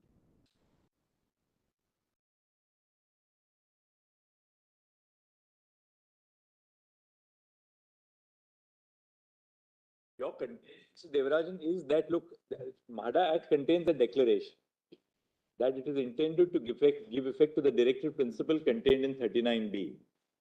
Your contention, I mean, we are just trying to understand your argument. Your argument is that, look, you could not have made that declaration because 39B cannot by any standard extend to private property. I think that's your, No, my lords, my submission is slightly wider than that. What your lordship says is one part of what I'm submitting. My second part of it is, before you could make such a declaration, because your lordships in Keshananda said this is justiciable. Make the declaration. Before you make a declaration, you must come to the conclusion that it's a material resource. Obviously. I'm on that. I am trying to make a submission. According to this can't be material resource. According to me, it can't be a material resources. Old dilapidated buildings cannot be material resource of the community. This is my submission. Questioning the declaration itself. In a way, my lady, in a way, I'm trying to interpret 39B to say that before 39B can apply and the subsequent things can follow. Yes, what I interpreted, as my ladyship said, I need to go through the act to interpret the rest of 39B. But why can't? But I'm not going there. Why can't it be interpreted like this, that any building, old, we are not dealing with a building. Buildings which are in the occupation, old dilapidated buildings in, say, like the island city, which are in the occupation of a large mass of occupiers and tenants, they constitute a part of the material resources of the community because ultimately it's a source of habitation and abode for such a large group of citizens. My Lord the Chief Justice, I go to what your Lordship said, but my Lords have time and again said, made a distinction between a resource per se and material resources. This is where I would try to convince your Lordships that yes, this is a resource, but is it a material resource? Just one, Oh, I'm sorry. add to what the Chief Justice has asked you. The material resources of the community, when you look at that expression, are we not also looking at the community of inhabitants in a dilapidated building? Please, my Lord. Because if you look at their need, a building is crumbling down, a building is no more safe.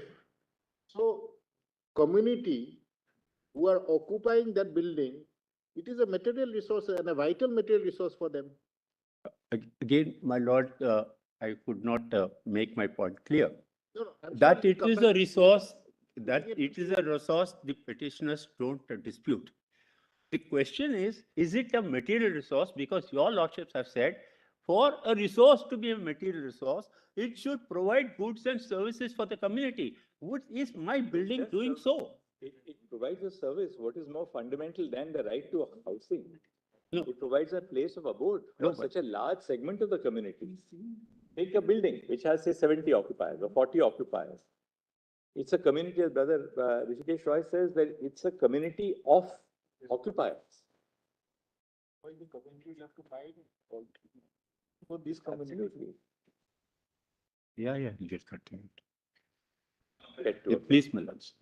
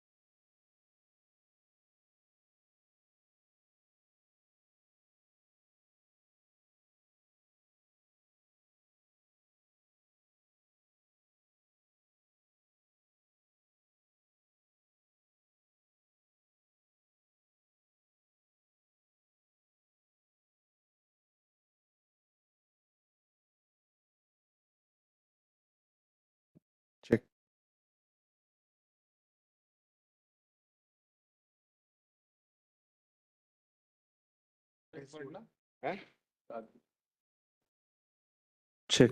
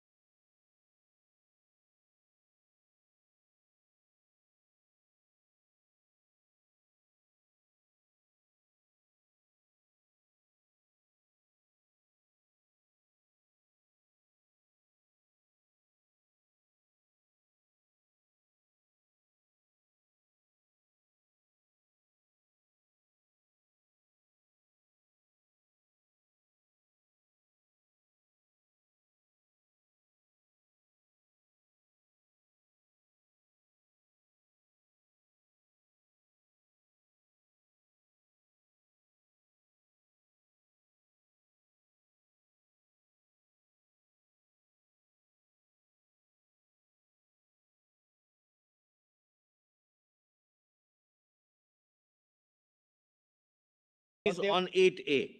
Chapter 8A is the, PDF page, we're just trying to. 4033 is 8A. So 103A is in chapter 8A. Please, please start from there. Because the title says chapter 7A, that's why I asked. It's a typographical. Typographical. My lords, today we've uploaded a gazetted copy of the act, my lords. In that, lordships will find at page 237, chapter okay. 8A. Typo. I'm told it's a typo, my learned friend told me this. it is 8A. It's 8A actually. 4033 in which volume? Volume Volume 4. Volume 4. Volume 4.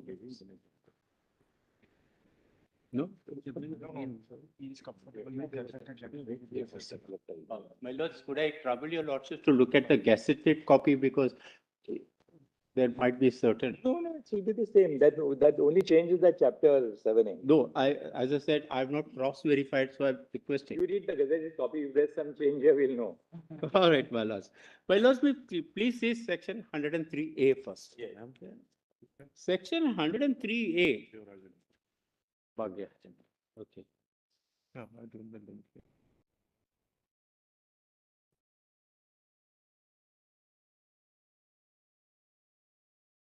I'll just. Section 103A states, my lords, that the chapter will apply to all buildings constructed prior to 1st September 1940. The proviso to that says two things. One, it says that the buildings should be predominantly residential. That is, more than 50% of the occupants must use it for residential purposes. That's the first point, my lords. The second point is, it should be a building belonging to category A. That is to say, other buildings are not part of chapter 8A. It's defined in section 84. Chapter 8A is defined in chapter 8 under the heading for. And it's category A is in section 84 at page 4023. Correct, of chapter 8. Briefly put, my lords, the categorization was done like this, my lords. Buildings constructed prior to 1st September 1940 are category A. Buildings constructed from 1st September 80 till 31st December 1950 are category B. And buildings constructed from 1st January 1951 till the enactment of the Cess Act. There used to be a Cess Act before, my lords, called the Bombay Buildings Repair and Reconstruction Board Act, 1968. That till then, my lord, all those buildings were categorized as category C, and cess was being levied depending upon the category of building. That's in short, my lords. Here, my lords, may please see the first provision to section 103A. Provided that nothing in this chapter shall apply to any such building belonging to category A, if on the commencement of the MADA Second Amendment Act 1986, out of the total number of occupiers of such building, 50% or more occupiers are using the tenements or premises in that position for commercial or non-residential. In other words, my lord, even though cess could be levied on a category of building, these buildings, where it's predominantly commercial, would not fall within the provisions of chapter 8A. Then we come to the explanation, my lords. We are today, for our present purpose, my lord, explanation is not that relevant. What is relevant is 103B. 103B says, notwithstanding anything contained in chapter 8 or any other law, a cooperative society formed or proposed to be formed by under the provisions of the Cooperative Society Act, but not less than 70%. I would stop here for why I'm saying this 70%, my lords, is when I deal with 39B and the policy. When I deal with the policy and 39B, the policy of the state and 39B, what is the correlation between this act and the policy? If there is a policy, it should apply to everyone. We know this act is doing two things. It's not dealing with all pre-1940 buildings. That means to say it's not dealing with all dilapidated or old buildings which they consider to be dilapidated. It is only dealing with certain old buildings, whatever be their condition. That's the first part. The second point, as I said, is the trigger is 70% people wanting it. And what do they want? And why do they want it? They want it for one purpose. They say, my lords, may please see they make an application, they make a written application requesting the board to move the state government to acquire the land. For what purpose? This is important, my lords. Go just a few also. They, 4 lines below that section, my lords. In the interest of its better preservation, my lords have got that. In its better preservation or reconstruction of a new building in lieu of the old one, and intimate their willingness to pay the amount of such acquisition as may be determined under the provisions chapter, and to carry out the necessary structural or other repairs or wherever necessary. My lords may please see, the reconstruction is wherever necessary to reconstruct a new building. I ask myself this question, is this not a provision which deals with preservation of housing stock? If it's for preservation of housing stock, how are they referring it to 39B? Because one of the tests that your lords have time and again said, we will see whether there's a nexus between 39B and the enactment. Here, I ask myself this question. No, it has the nexus with distribution, because what happens is that instead, in place of the ownership of the erstwhile owner, the property upon acquisition vests in a cooperative society. And that cooperative society represents the interests of all the occupiers. So as opposed to the property being concentrated in the hand of the owner, as a result of this acquisition, title is transferred to a cooperative society, provided 70% of the occupiers want to come together and form the society and express a willingness to pay the amount of the compensation for acquisition. If what your lordship said was the act, idea is for the better preservation of the building, or if repairs are required, repairs, or where reconstruction is required, reconstruction. so the small aspect which I request your lordship to consider is there a transfer of ownership at all? Is there a transfer of control at all? Section 103C will explain this. Section 103C will explain the concept of what am I giving a cooperative society? Am I transferring ownership to him? Am I giving control to him? 103C will explain. Now just see before 103C, yes, subsection 2 of 103, 103A. This is 103A, no? Yeah, B. On receipt of the application under subsection C, under subsection 1, the board shall, after due verification and scrutiny, approve the proposal if it considers that it is in the interest of the better preservation of the building or it is necessary for reconstruction of a new building, and shall direct the cooperative society, whether registered or proposed, to pay deposit with the board within a period specified by it in that behalf 30% of the approximate amount that would be required to be paid to the owner if the land is acquired, and give intimation that behalf. My lord, in short, my lord, in short, that is the second part of our submission. In short, my lord, this act says, you pay the entire money of acquisition also, because 103B itself says so. You have to say that I will not only pay the cost of acquisition, but I'll also take care of the cost of repairs and reconstruction if any. If the entire money is to be paid by a private individual and the state does not have to shell out a single pie from its coffer, would this be a concept of public purpose? And 39B has to be for public purpose, because every action of the state has to be in furtherance of public purpose. This is what your lordships have said time and again. The public purpose really is the better preservation of dilapidated buildings. Yes. The reconstruction where reconstruction is necessary. Because reconstruction is in order to obviate a danger of collapse and a loss of human lives. And though the state does not pay the state carries out the entire acquisition. But since it's in the interest of the cooperative society, the amount has to be deposited by the cooperative society with the board. They have to pay the entire cost, my lords. They have to pay the entire cost. They have to pay the entire cost. And way back, my lords, not today. In Kasturi's case, long ago. Mr. Devarajan, we are not looking at the constitutional validity of the statutory provisions. No, we are not. We are looking at it vis-a-vis 39B. Article 39. No, my lords, I'm also making submissions vis-a-vis 39B, because to me, 39B has to be for a public purpose.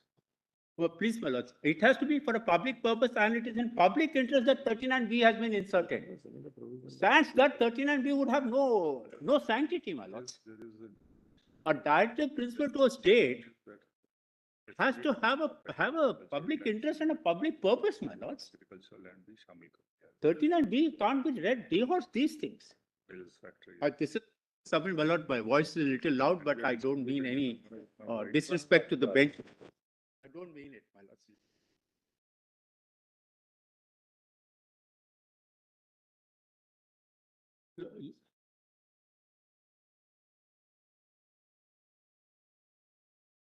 Very frequent visitor to the Supreme Court. My lord, I was practicing here till I reached a stage where I could not walk, my lords. Even today, I'm standing with great difficulty. Oh, we are. I got a hip bone replaced, my lords. I could not walk. I could not stand the winter. And so I had to migrate back to Bombay from where I started my life. But decibels here are astounding. That's what I was going I'm to sorry, say. my lords. Decibels here are astounding of some of your colleagues in the bar. Especially on miscellaneous days. Even if some lawyers are appearing virtually and they are on a mute mode, we can hear them. Sir, I could say the same about you also, sir. I've been hearing you frequently, sir. I'm sorry, no offense meant. No offense meant. No offense meant. Sir, if I may continue, sir. So this act, we are not, sir, again, I'm saying I'm on the question of control.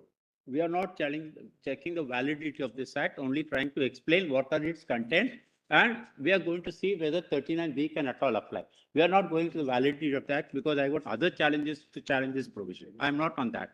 I am saying concept of distribution of control.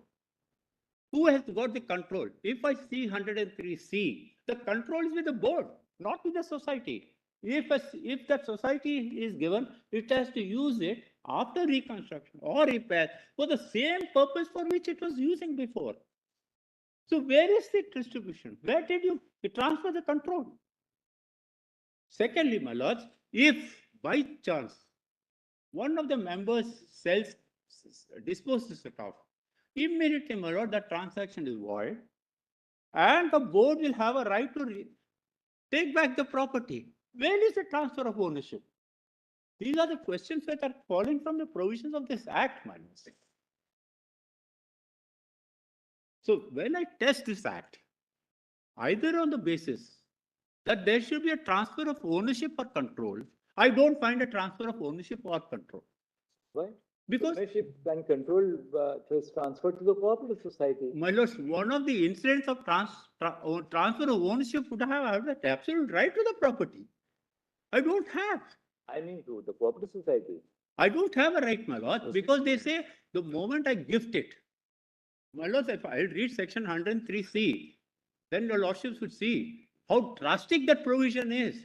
If that occupant gifts it, that gift is void. The property can be resumed.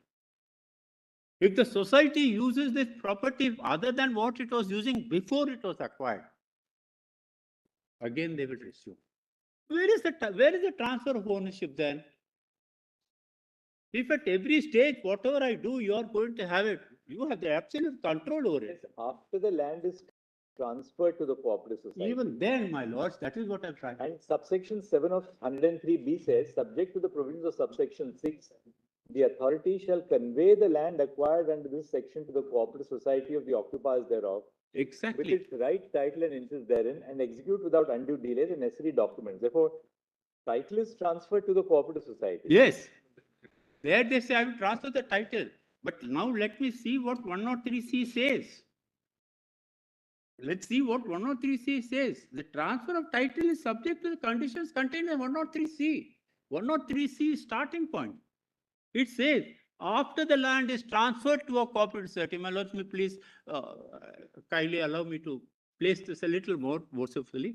He says, after the land is transferred to the cooperative society, under subsection 7 of section 103B, which my lord the Chief Justice just now mentioned, what happens? The society shall use the same for the purpose for which it was used before the acquisition. You can make it in So, commercial. log on usage. No, it's not a clog on usage. The idea is that, look, if it was for. My lord, if I am the owner, Converted into a five-star hotel. Commercial. Lordship, Converted into a five-star hotel. The idea is to protect the occupier. no. See, no, they are not even protecting the occupier. That's the unfortunate part of it. If they protect the occupier, my decibel levels would have been very, very low. They are not. They are saying that go further, my lord, see. And if that no member or tenant of the cooperative society shall transfer his interest in any tenement by sale, gift, exchange, leave or license assignment. What is this? I mean, I don't have any of the incidents of ownership. I can't even gift it. And yet, there is a transfer of ownership to me. If this is the law, my lords, then I have to bow my head. I have nothing else to say on this. Okay. Okay, we'll take him to that only.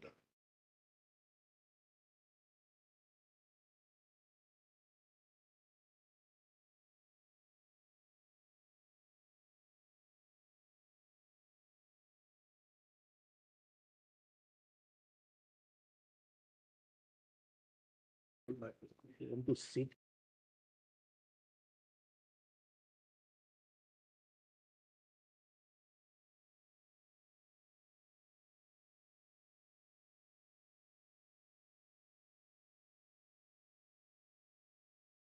Heard that. We all wish you a very happy birthday. I said that Look, the my- court is very kind if you So want the to sit learned and solicitor was argue, then suggesting to me that I should sit. If at any point of time you want to sit and argue, please feel free. that's all, that's My right. lord, The it court will is make me always feel kind. sicker than I really am. I walk with a walking stick. Today I said, no, I am not going to carry the walking stick. Let me walk without a stick. Should not. I walk with a walking stick. Today I said, no, I am not going to carry the walking stick. Let me walk without a stick. Should not do that. And that's all. Because I have 3 people to hold my hand. Why should I need a walking stick for that? No, sorry, jokes apart, my lord. Come back again. My lord, I'll come back again. So, my lord, 103C.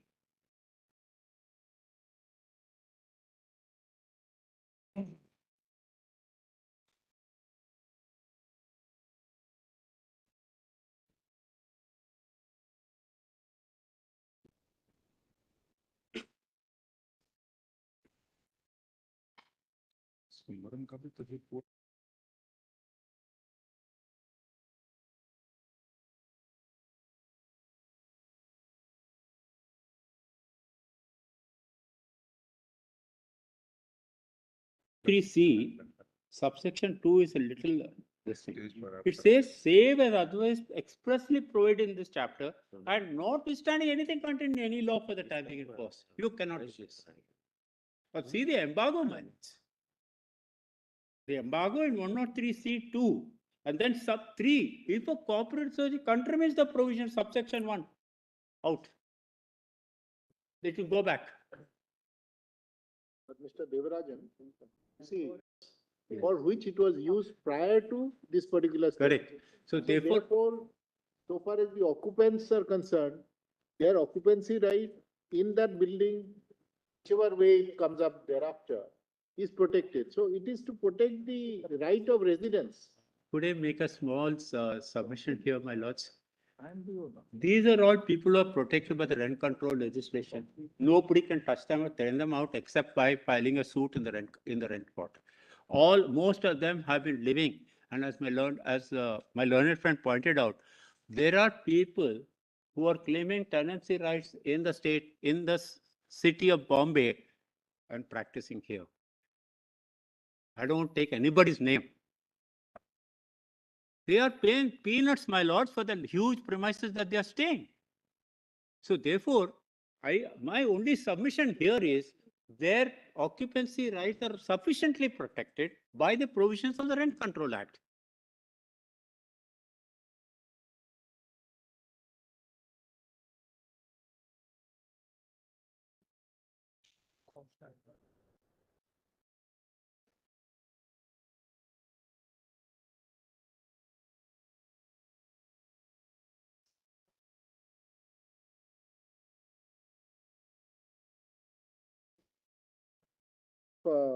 eviction, ejectment, etc. To just swiftly respond to what your lordship says. My lord, I'm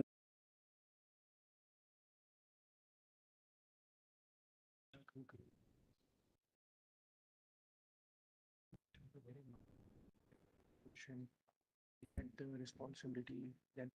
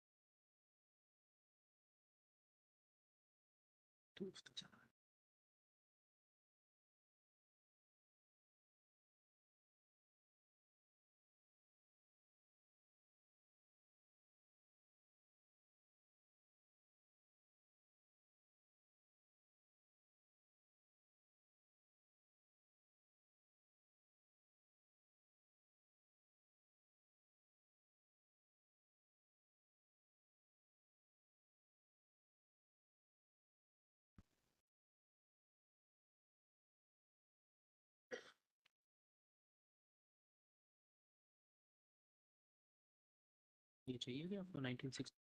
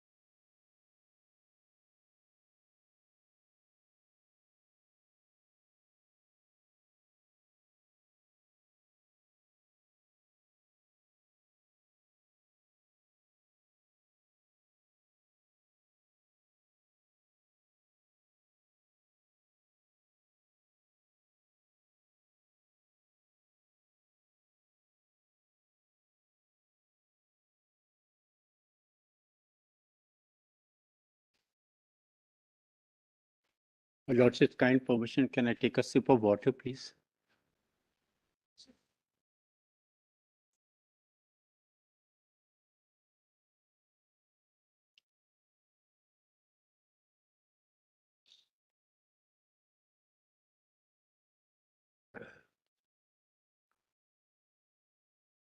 Obliged, my lords. So what is the next provision you want us to see, Mr. Devaraj? Yeah, my lords, I just want to point out one more thing. For a long time, it was in my mind that what's wrong? If the landlord is unable to maintain the premises, then what's wrong in getting the tenants to do it? To this, my lords, I found attack, and probably even in this act, my lord, that if the landlord is not, because earlier, the lordships would be aware, earlier the landlord could increase the rent after carrying out repairs. Even if he doesn't have money, he could borrow money and carry out repairs, and the tenant would repay that amount in pieces. Then they came out with an amendment saying that if the landlord is unable to do it, you carry out the repairs. And then you deduct it from the rent that you have to pay to him. All this not having worked, in 1968, they come out with an act called the Repairs Board Act, the Bombay Repairs and Reconstruction Board Act 1968, where they said, this board will carry out the structural repairs. You pay a cess, a tax is levied for carrying out those repairs. Even that they did not do. And today, in 86, they come out and say, these buildings were not being looked after by you.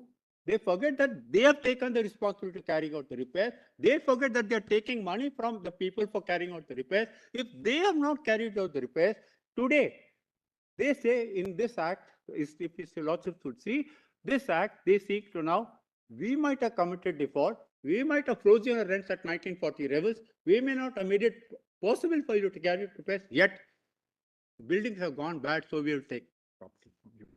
Now, whether at all 39B envisages such a situation is a question which I request your Lordship to kindly consider. I'm a tenant myself, my lords, but still I'm fighting for a landlord's just demand. That please don't deprive me of the property that my forefathers have brought into. And my lords would be aware that when the Cess Act came, there was a challenge done. And a report was recorded as to what is the status. This particular thing is for only seven wards in the Bombay. And they're all old buildings, no doubt. But what is the remedy? Is it taking it away? Why not create conditions to make them carry out the repairs? And if they don't, then you take it away. This is all I say. You do whatever you want, but please make it possible for them. You don't say that I will take it, I will carry out the repairs, you pay me the cess. And at the end of the day, you say that I could not do it, so you give me the money, give me the building to the tenants. So tenants are given an opportunity, they don't do it. Board says that they will carry out repairs, they charge the cess from the tenants as well as from me. And at the end of the day, the building is in a bad condition. Who is responsible for that? I ask myself this question. Rents, it is now recorded, my lords, that cost of building materials have gone up substantially since 1940. Astronomically, my rent is for.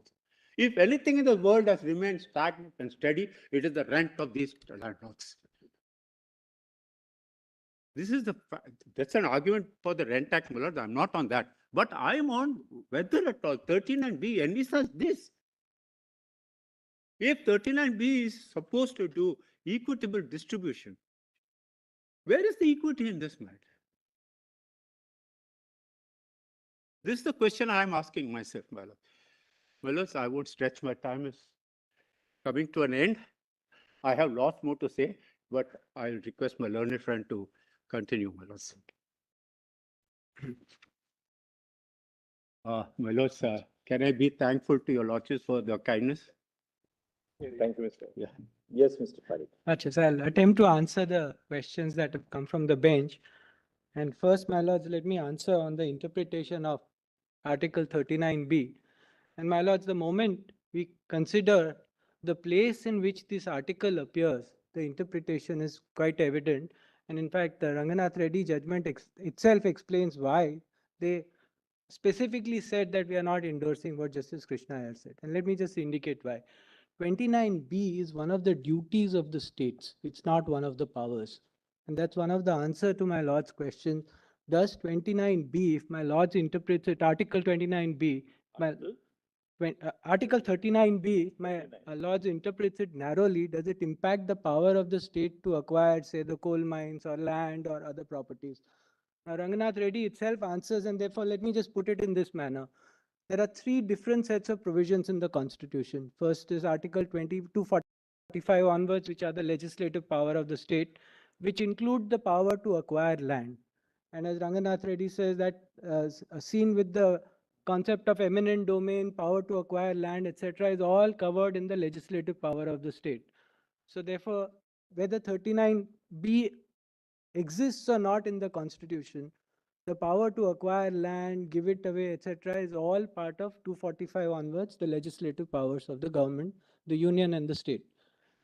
Now, what are the principles that are to be followed? Again, Ranganath Reddy records that it must be a public purpose. So if suppose in that case, it was transport permits were acquired, fair compensation was given. The court said that certainly the state has the power to acquire transport permit. The only test is compensation, public purpose. If these two tests are met, we approve the act. There is no difficulty with the act. We don't have to touch 31C. The act is valid as it is. 39BC and are therefore irrelevant. And that's what the majority says in Ranganath Reddy. Now, therefore, we now come to the two parts, namely part 3 and part 4. What are these parts and how do you interpret, and what is the principle that my lords will consider while interpreting these provisions? Article 3 is a fetter on the power of the state. My lords are, of course, familiar. I'm not going to expound on that. Part 4 is a duty of the state, and therefore 37 onwards starts with what are your duties. First, it defines the state. Who is the state? What are their powers? What are their duties? Now, once my lords considers holistically the provisions of Part 4, it would be evident that Part 4, 39B, is a duty of the state to use material resources of the community for the benefit, let me just read that, to subserve the common goods. Now, seen as a duty, the only meaning, my humble submission is, that you can ascribe to 39B is that when there is ownership and control of material resources of the community, community can be state, a body under the state like the MADA, the Panchayat and various other bodies, and those Panchayat, etc. are also provided herein. You have a duty to use the goods or material resources of the community to subserve the common good. It's a duty of the state. So do not use the material resource of the community not to subserve the common good. It stands to reason. And therefore 39B is a very limited provision which requires the state to act in a manner to subserve the common good. And therefore our humble submission is that when you read and why the words of the community are used is very crucial in interpreting 39B, because otherwise it would have simply stated that material resources should be distributed to serve the common good. It doesn't say that. It says ownership and control of the material resource of the community.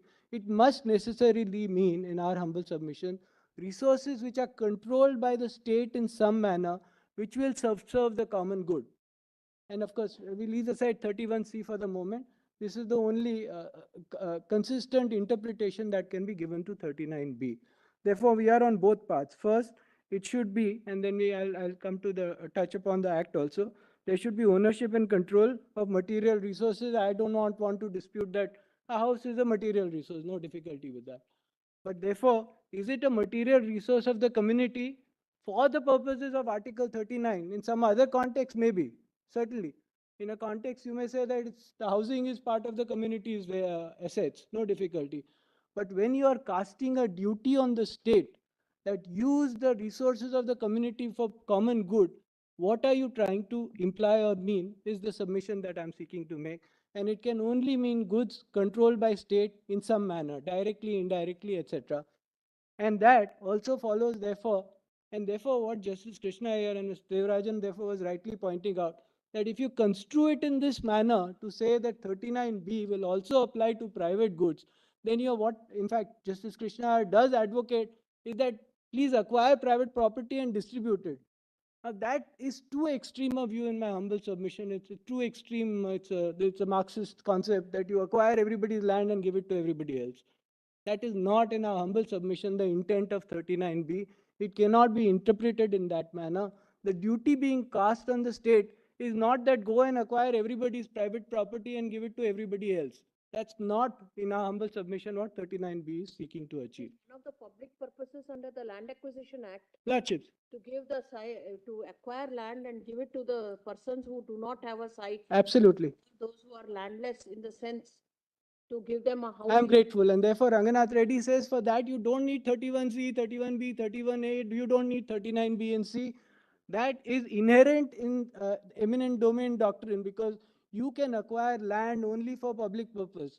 If you acquire land, you acquire a coal mine, you acquire an estate, a jamindari, give it to the tiller, that's your power under 245. Nobody can take it away.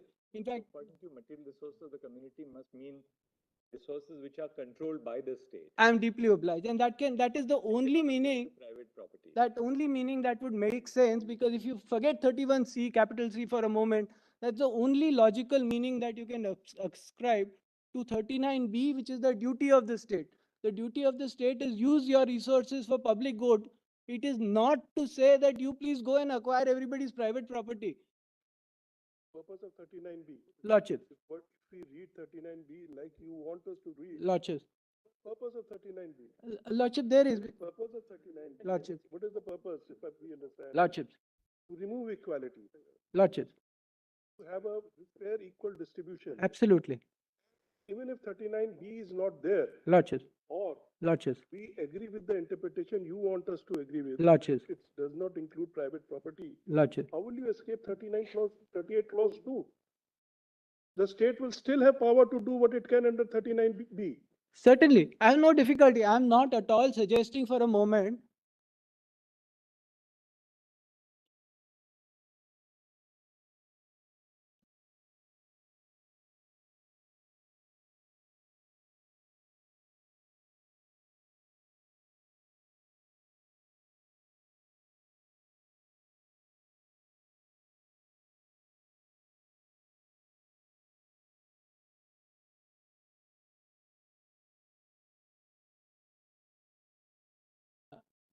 But even see argument we don't. Lordship, in fact, my lords, what my lords has raised is precisely the point I wish to raise. It is of seminal importance how my lords interprets 39B. Power, it's a duty. The power or duty under 39B must be exercised consistent with the rest of the constitution, including various restrictions on the powers of the state legislature or the central legislature. My lords, I have no quarrel, no difficulty that state can acquire any land for public purpose, use it for various. But 39B is not saying you shall go and acquire all private properties and redistribute it. That's not our constitution. That may be a Marxist constitution. Our constitution is you can acquire it. 300 capital A exists. 39B has to be read in accordance with 300A. If my property is taken, you must give me proper compensation. You cannot give me an illusory compensation. So 39B duty, please use it for common good, no difficulty. But you can't say I will take it from one party and give it to another private party. That's not the intent of 39B. How is a cooperative society a private party? I'll come to the Act itself in a minute, because Act, there is Chapter 8 and Chapter 8A. In fact, 8A has come because of failure of the state. I'll just indicate that in a minute. So if we don't accept Lordship, the interpretation of 39B, which has been placed by Justice Krishna in Ranganath Reddy's case, Lordship, that would not render the Act ipso facto unconstitutional. no. It's just that the Act would then have to withstand the scrutiny of Article 14 and 19. I'm grateful. That is all I was trying to say. That the power to pass legislation is there. It must meet the rest of the parameters of the Constitution, 14, 19, 21, 300A, and there are other provisions that we are relying on. Now, only benefit was under 31C, you have an additional protection. 14, 19 are out. 21 and 300A is still available. Now, that little protection goes away. That also, after Coelho, we don't know how your lords, my lords, will take that view. What is the scope of challenge under 1419 also? That we'll see separately. But under only Article 31C, if 39B is sought to be subserved, only thing Article 31 capital C does is remove the challenge under 14 and 19. Rest of the challenges still remain. We say that you have no protection of 31C. Lordships. Because there's no nexus with 39B. Lordships. The law has to then meet the pass muster under Article 14 and 19. Lordships. The 1419 is Lordships, absolutely. But even without that, I still have 21 and 300A. And after KT plantation,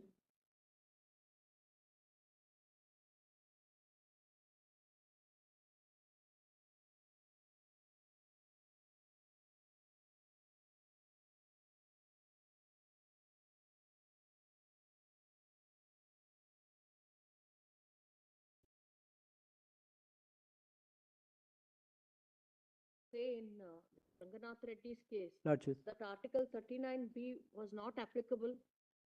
What was the reason given? Lordships, I can. That is reversed by the Supreme Court. Lordships. So, Why did you say that? Lordships, I'll take out the High Court judgment. Supreme Court simply says that you have a power to acquire. That has nothing to do with 31C. You have to meet two requirements and two requirements alone. Public purpose, fair compensation. High Court, having upheld all this, should not have interfered. And that's the majority judgment. Therefore, my test of your power to acquire property will be two and only two, nothing else. If you meet this, then all these 14, 19, 21 challenges fall apart. You don't have to go there. That's what the majority says.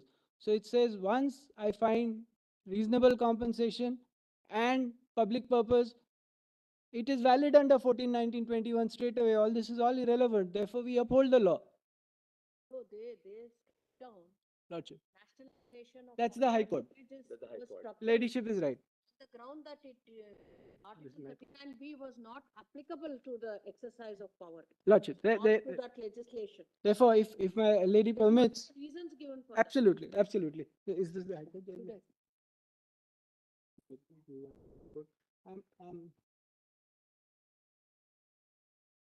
that. Anything else, no? Yes, just one more point. About the legislation, there are two chapters, chapter 8 and 8A, and that's a little important. 8 cess was imposed from 76 onwards by MADA. The board was set up. 10% I had to pay, that's the landlords, 15% by the tenants of the circle rate.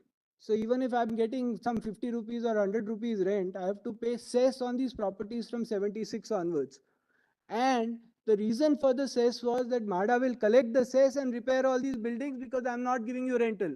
I hope I'm making myself clear. And therefore, chapter 8 put the obligation on MADA to find out are the properties dilapidated. MADA was given huge chunks of land. They have some 2,000 acres, if I remember correctly, of land given. MADA had to carry out these repair obligation, taking money from me. So 10% of circle rate I pay, 15% tenants pay. MADA collects that money. They have to come on a yearly or whatever, a certain period, they have to come and check the value, the strength of the building and whether it's dilapidated. It was MADA's duty to repair and then give it back to the landlords and the tenant. MADA, and those reports are also on record, MADA comes and says we are incapable of doing this, although we'll continue to take the cess. That's why these are category A cess building. So they keep taking the money and say we can't do anything. And then they say, because I have failed, now I will give it to the tenants. That's what has happened. And now the requirement of dilapidated is gone in chapter 8A. So any building, 70 occupiers may not even be tenants. Occupier definition is something also very challenging. Go ahead and say now whoever some trespasser is sitting there, he's part of 70%. He'll come and say, I wanted your building. You spent a lot of money despite no rent. You kept it up. It's in great shape.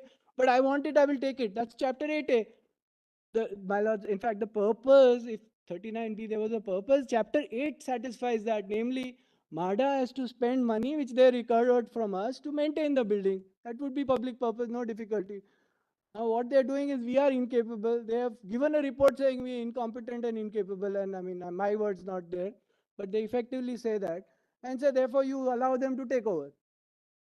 So that's the situation. Therefore, chapter 8, I can understand, says subserve public purpose, we will repair if the landlord is not doing.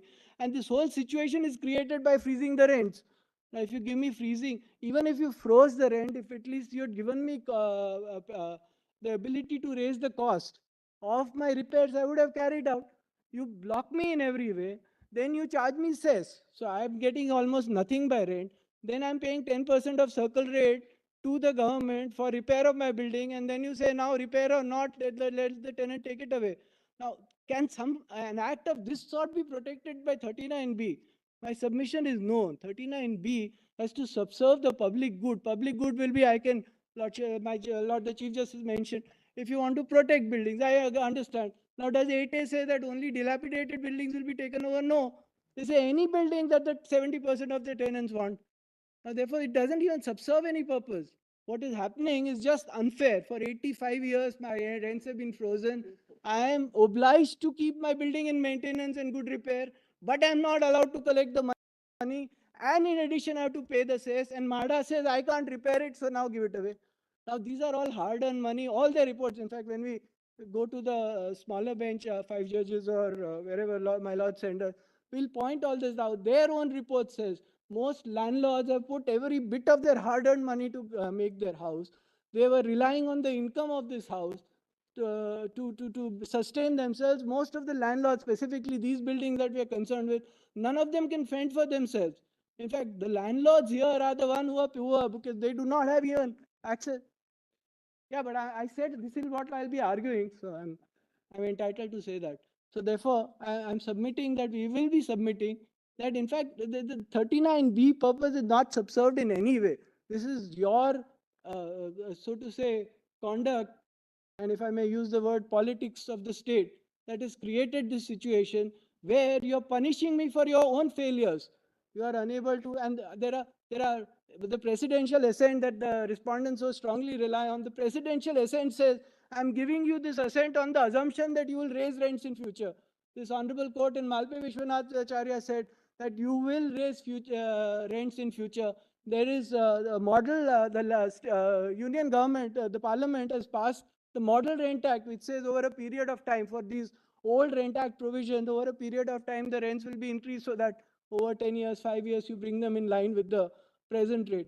Now, making this MADA, it will be completely unconscionable to allow a law of this sort where the failure is of the legislature not taking care of the situation, not taking care of the problem, and their own default they want to correct by taking away my property. That's the situation. Can it at all be covered by 39B is our submission.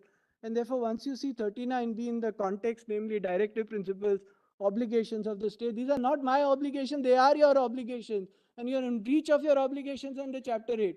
And having failed in your duty to maintain these buildings, now you can't trust Chapter 8 and say now you 100 times monthly rent, not even yearly rent.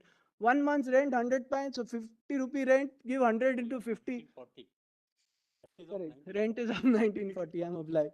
You pay 100 times 1940 rent, and we put all the wholesale price index, etc.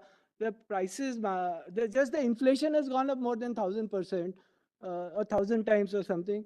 And of course, the rental prices have gone up. And this is, in fact, and my lord, the Chief Justice, I had to respond to your question.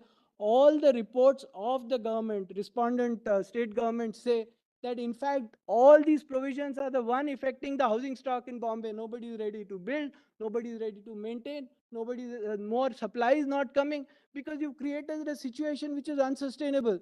So to answer the question, and of course we'll take that later, but to answer the 39B question also, these acts, these which are under challenge, are the cause for the problem, they're not the solution. In fact, if they act reasonably, make proper changes, etc., the housing stock will increase, the tenants will have the money, landlords will have the money to repair them, keep them in good repair as they do it in other places. And therefore, just to summarize and conclude, my lords, our submission is 39B must be seen in the context of the entire constitution. I have all various other rights in the constitution. My land can be taken over in certain cases, no difficulty, but you must comply with all other requirements of the constitution. By this method of 39B, you say, now I want to distribute your land to some other private party and I've taken it. That's not the interpretation that a constitution like ours can sustain. It must be, it may be in a Marxist constitution, certainly, you take everybody's land and make it a communal land. And that's the Marxist theory. Certainly not under our constitution, which still has 300A, which possibly might be a higher right than the rights we had earlier, because now the right to property in KT Plantation judgment, my lords have actually said that the 300A is now a higher right. It cannot be suspended at all. You cannot give illusory compensation. You must give a fair and reasonable compensation. You must have a public purpose. Then you can acquire a land, no difficulty.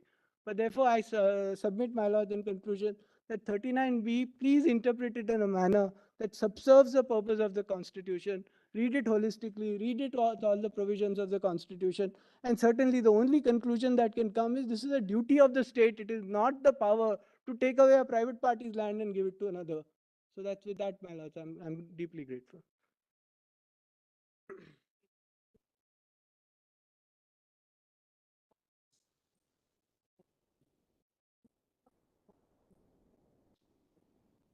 So we'll have to say what?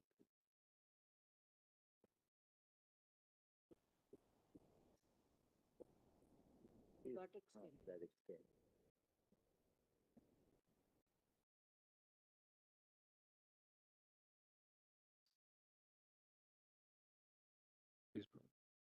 Lord, before we had divided the work, Lord, I had myself prepared a small note on this aspect. Lord, I've taken the liberty of having it uploaded. But my Lord, may I first address your Lordship on two aspects? Yes. Or may I address your Lordship on two aspects before going there? But the first is I want to make some arguments in support of what my learned friends have said. Lord, the second is I want to argue a point on demurrer.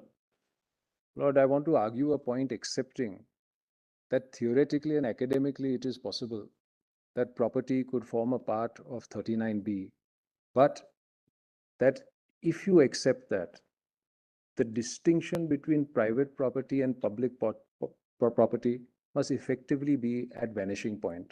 Lord, so I want to address that second argument before your lordships as well. So not these two. Lord, I believe, Lord, that no real reading of the directive principles chapter can really be understood, Lord, without a preface. Lord, as your lordships are well aware, Lord, that at the time of the Constituent Assembly and the formation of the Constitution, Lord, it was always envisaged that directive principles would be very much on the same footing as fundamental rights. Lord, the often colloquialism which is used is to say that fundamental rights are somehow superior to directive principles. Said that these are two wheels of a golden Exactly, chariot. exactly. And therefore, my lord, it is always a matter of balance. When we go to the directive principles, they've always got to be balanced with the other provisions in the Constitution. Lord, I think it is also important to remember, my lord, that till 1978, we had the entrenched fundamental right of property, Lord, which was in 19(1)(f), Lord, and 31, which took into account the concept of eminent domain. Lord, that if property is to be acquired, it could be acquired, Lord, only for a public purpose and upon the payment of fair compensation. Now, Lord, that came to be deleted for entirely different reasons, Lord, in 1978. But when your lordships look at 39B, in my respectful submission, it is important to bear in mind that that is how the Constitution first looked. So on the one hand, we had the right to property. On the other hand, we had what was undoubtedly a social charter in the need, to my Lord Justice Dhulia's point, to alleviate inequality and to distribute property. And any construction that we arrive at of 39B, in my respectful submission, must take into account this context. My Lord, having said that, Lord, may I request your lordships just to see the section with me for a minute. Lord, I just want to point out to your lordships that there are three material parts of the section. But the first is what is to be distributed. Lord, is the ownership and control of what is to be distributed. Lord, is the ownership and control of something else. So there are two particular indicia of that something else which is to be distributed, ownership and control. And what that is one compendious composite expression, the material resources of the community. Not the latter part is that the distribution is to subserve the common good. But that's not so important for the purpose of the current reading. But Lord, it is my respectful submission to your lordships that, Lord, on my demurrer argument when I address it, that my Lord the Chief Justice, Lord, was not entirely wrong. Lord, I think, Lord, it would be futile and academic, Lord, to try to oppose a conceptual argument that it is possible that private property can be introduced into the concept of material resources of the community. But the real question to my mind is, what is the nature of that private property that will fit within this compendious expression, material resources of the community? But we know that it must have certain characteristics. Because it must be material resource, and what I have some definition to show your lordship of that, and it must be of the community. So, Lord, my learned friend's point, my Lord, my learned friend's fees from today's appearance, your lordship said distributed through taxation, separate provision for that, Article 265.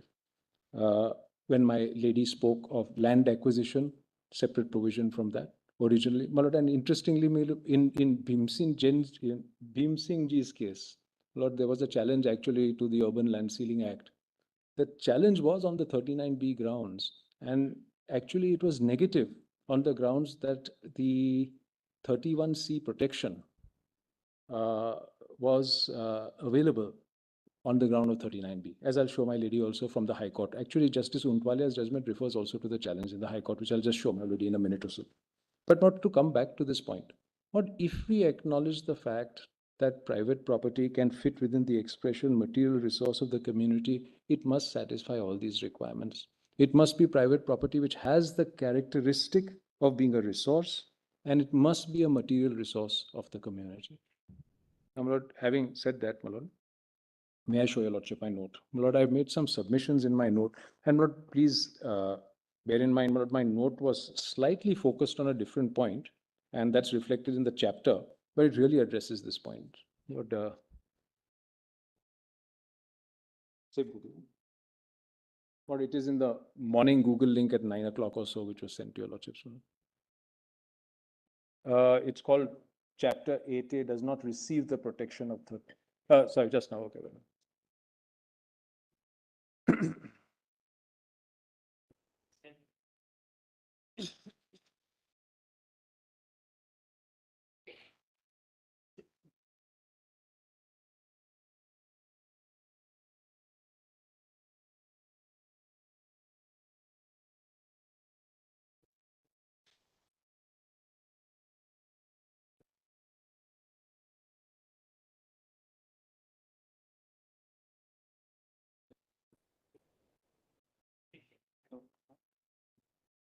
Okay.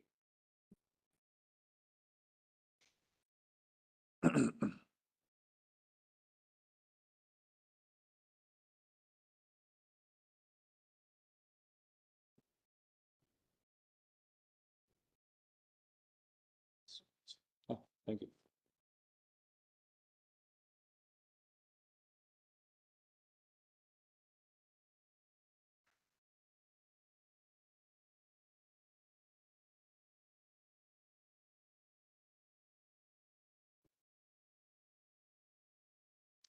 Your lordships have it.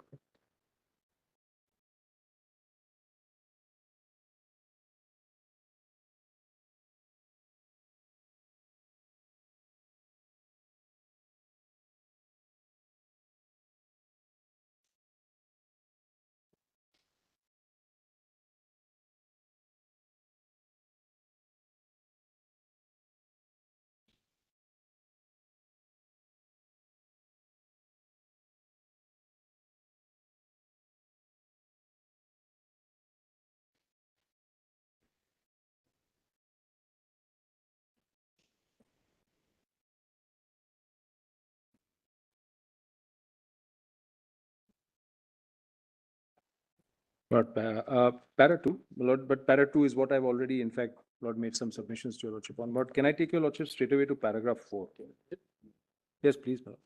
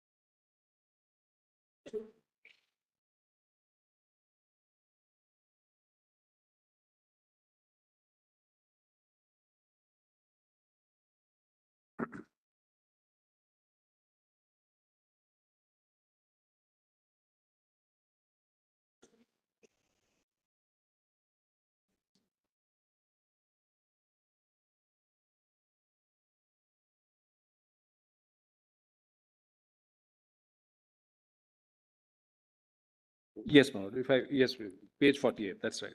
But and if I can actually, my lord, to my lord the Chief Justice point, para 2 actually, my lord, states it a lot better than I said it. My lord, may I just read it to your lordship?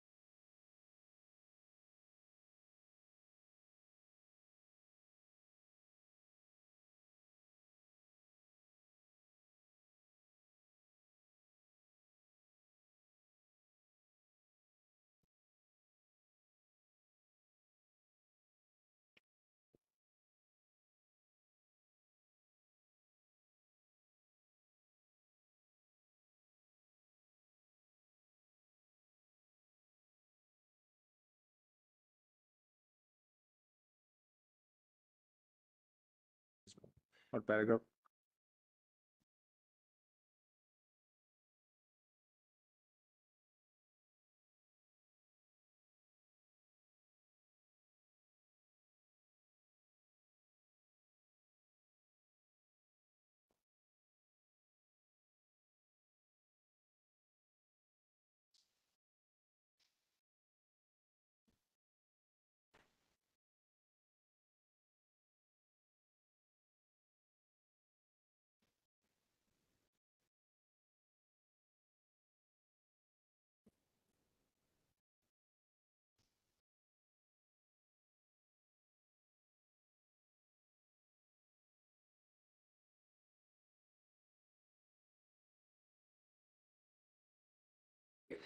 Sorry.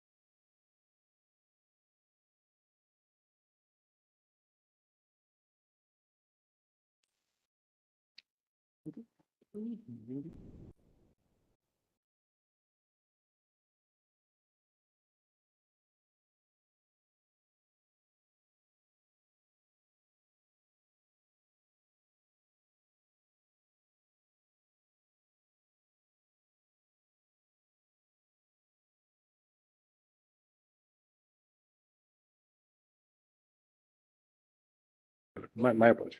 But can I just read to your lordship paragraph 2, my lord?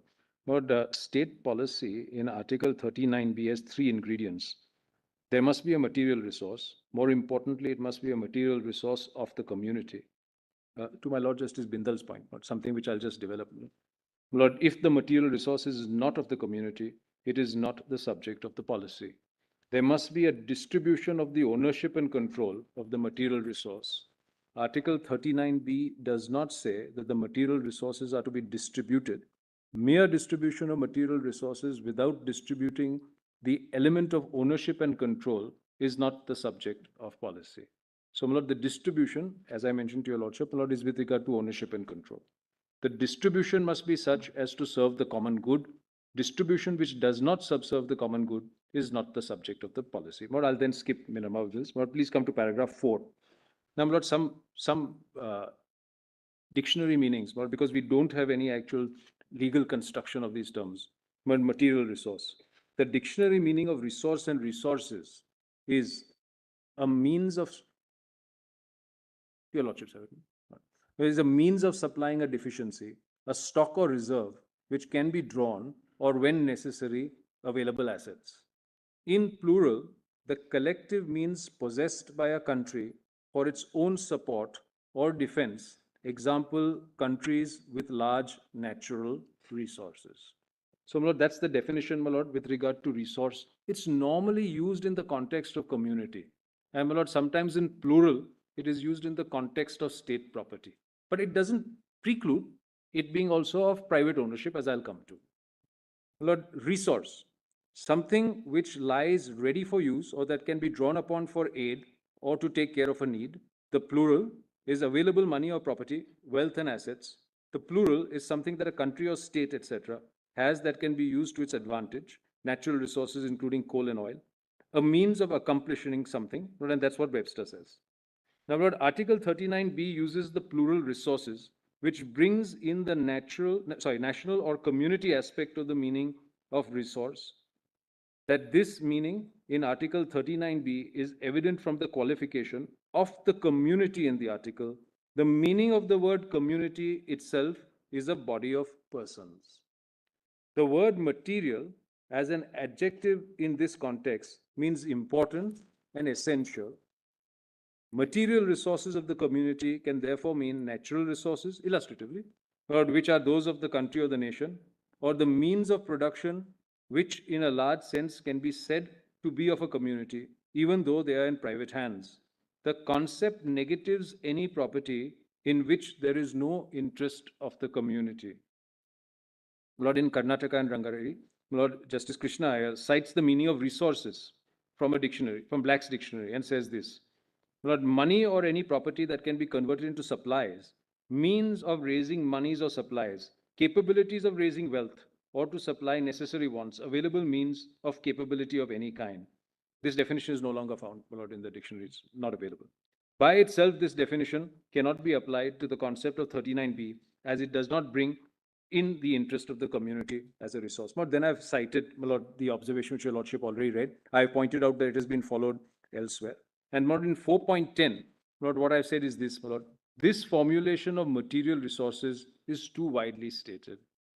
Private sources of meeting material needs are not material resources of the community. Not everything of value in the world is a material resource. The Constitution does not embody a political or social theory that because the individual is a member of the community, his resources, however small and humble, are necessary part of the community. So, my lord, that is, my lord, an interpretive argument, my lord, based on this aspect of the matter. But just one last point that I have for your lordship. Lord, to become a material resource of a community, a particular class of property must have some homogeneity, or it must have some common characteristic. Not the housing stock that is under rent and subject to MADA acquisition is of the most diverse and varied kind.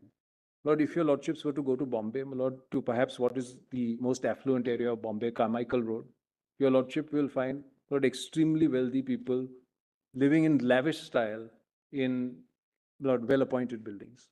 Or on the other hand, if your lordships were to go to some of the ghettos of Bombay, your lordship would find people almost at the point of destitution who are also tenants. My lord, so the housing stock lacks a quality of homogeneity.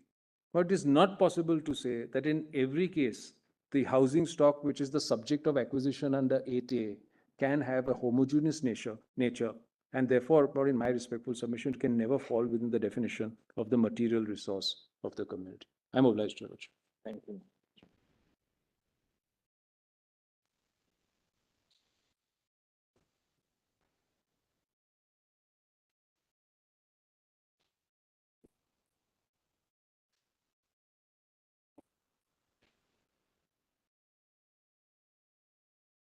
See?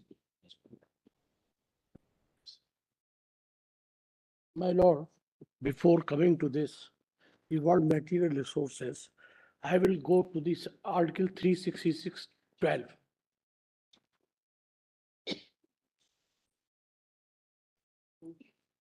Goods, where the definition, because if we have to enlarge the definition of 39B to include everything, which will include a good also, all material, commodities and articles. It means by way of this interpretation, all material resources are different than the goods.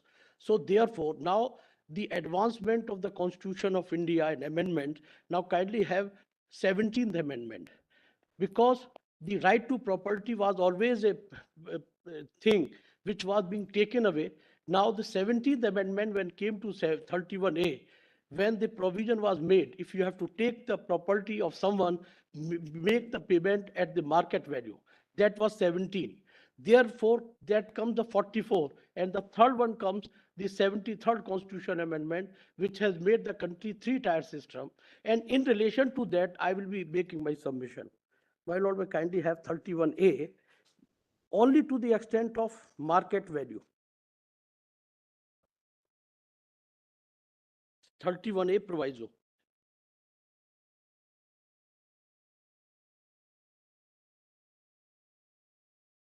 Provided further where any law makes a provision of acquisition of a state, comprise is land, personal cultivation, whatever. We know that urban land ceiling has gone. So there is no, because when we go to the Keshwanand Bharati, that was the concept of creating a new public order or social order. Now with the advancement after 75 years, we are into a different era, and we have come from nationalization to disinvestment. So the meaning what was there, because at that time when we interpreted these laws, Article 31 was there. After 44th Amendment, Article 31 has gone. And that time, a 19(1)(f) was there. Right to property was a fundamental right. After that, now it is Article 300A. So that, to that extent, kindly have 17th Amendment, which says you have to pay the market value. Now, after that, my lord, kindly have the Article 243G. Because after 73rd Amendment, the power has been entrusted to the local self or the public good, the public of the managing the utility or any good. To that extent, my brothers who have placed the subject. Now, 2 chapters, power, authority and responsibility of Panchayat. This is for common good, not by giving it to the hand of certain number of persons by acquiring. Justice Dhulia is there. And even I have done some cases where the properties under 20-point program were given to certain persons. They paid some money by getting it transferable right and they sold it. This is the hard reality of the era. Kindly have power, and I'm coming to these 2 point A or B, subject to the provision of the Constitution. The legislature of a state may by law endo panchayat such power and authority may be necessary to enable them to function the institution of self-government, and such law contain provision of devolution of power and responsibility upon panchayat to appropriate level, subject to such condition as may be specified therein. Preparation of plan for economic development. This is 39B. And social justice. Second part, implementation of a scheme of the development.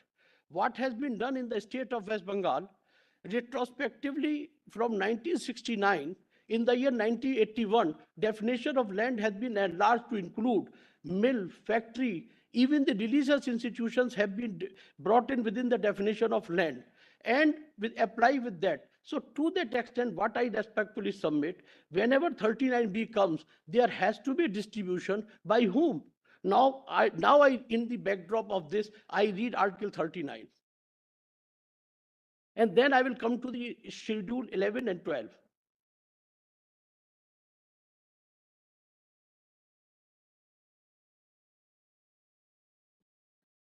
In Bombay, the act, one of the feature is the slum,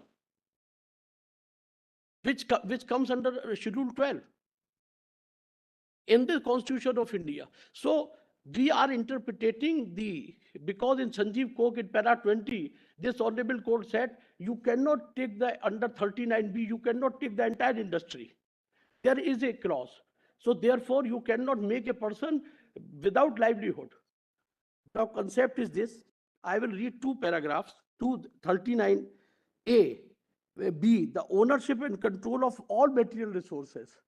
If the material resources is a good, then the material resources is something different, which is to be used for a common public, for a common larger benefit and interest, not for the merely purpose of living or housing or just for the purpose of making the social standard. It is something very, very, very big step, which has to be, because at the time of the nationalization cases, certain companies were in the hand of Britishers. What is the point that you are trying to? I'm saying it now. What I submit, number one, material resources is a word which is to be used in a very careful manner to include only the resources which are essential to the society and not the private properties.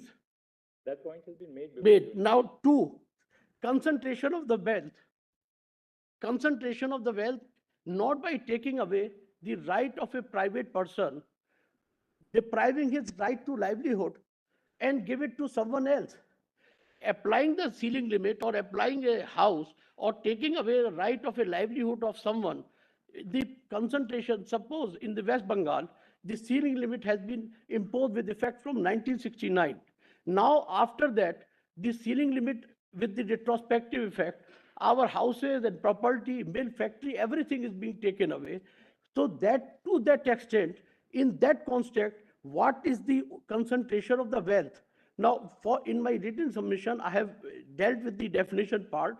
I leave it to that. Now, second submission which I am going to make, my lord, 300A, right to life, with the right of livelihood, and 300A, because now it is a constitutional right. Now, constitutional right is a right after the advancement of so much of the jurisprudence of the property, it cannot be taken away on the name of merely concentration and applying the yardstick which was in the year 1971 or 72. For that purpose, I merely read one paragraph from Sanjeev Kok. What is the point that you are making now? Now, the concept I am making, this Honorable Court never approved that the state has the power to acquire everything at their own. 39B, rider came in Sanjeev Kok. The Learned Council, page 2317. The Learned Council submitted Article 39B would be attracted if the industry as a whole is nationalized, not if only a part of industry. According to him, all the coke, owned plant, whatever, they existed to be nationalized, but no privately owned property. We are unable to see any for the distribution between public, private, and joint sector range of any nationalization state policy, inherently inappropriate subject. Scales of justice are not designed to weigh competing social economic factors in such a matter. Legislative wisdom must prevail, with the judicial review must abstain. To that extent, what I respectfully submit,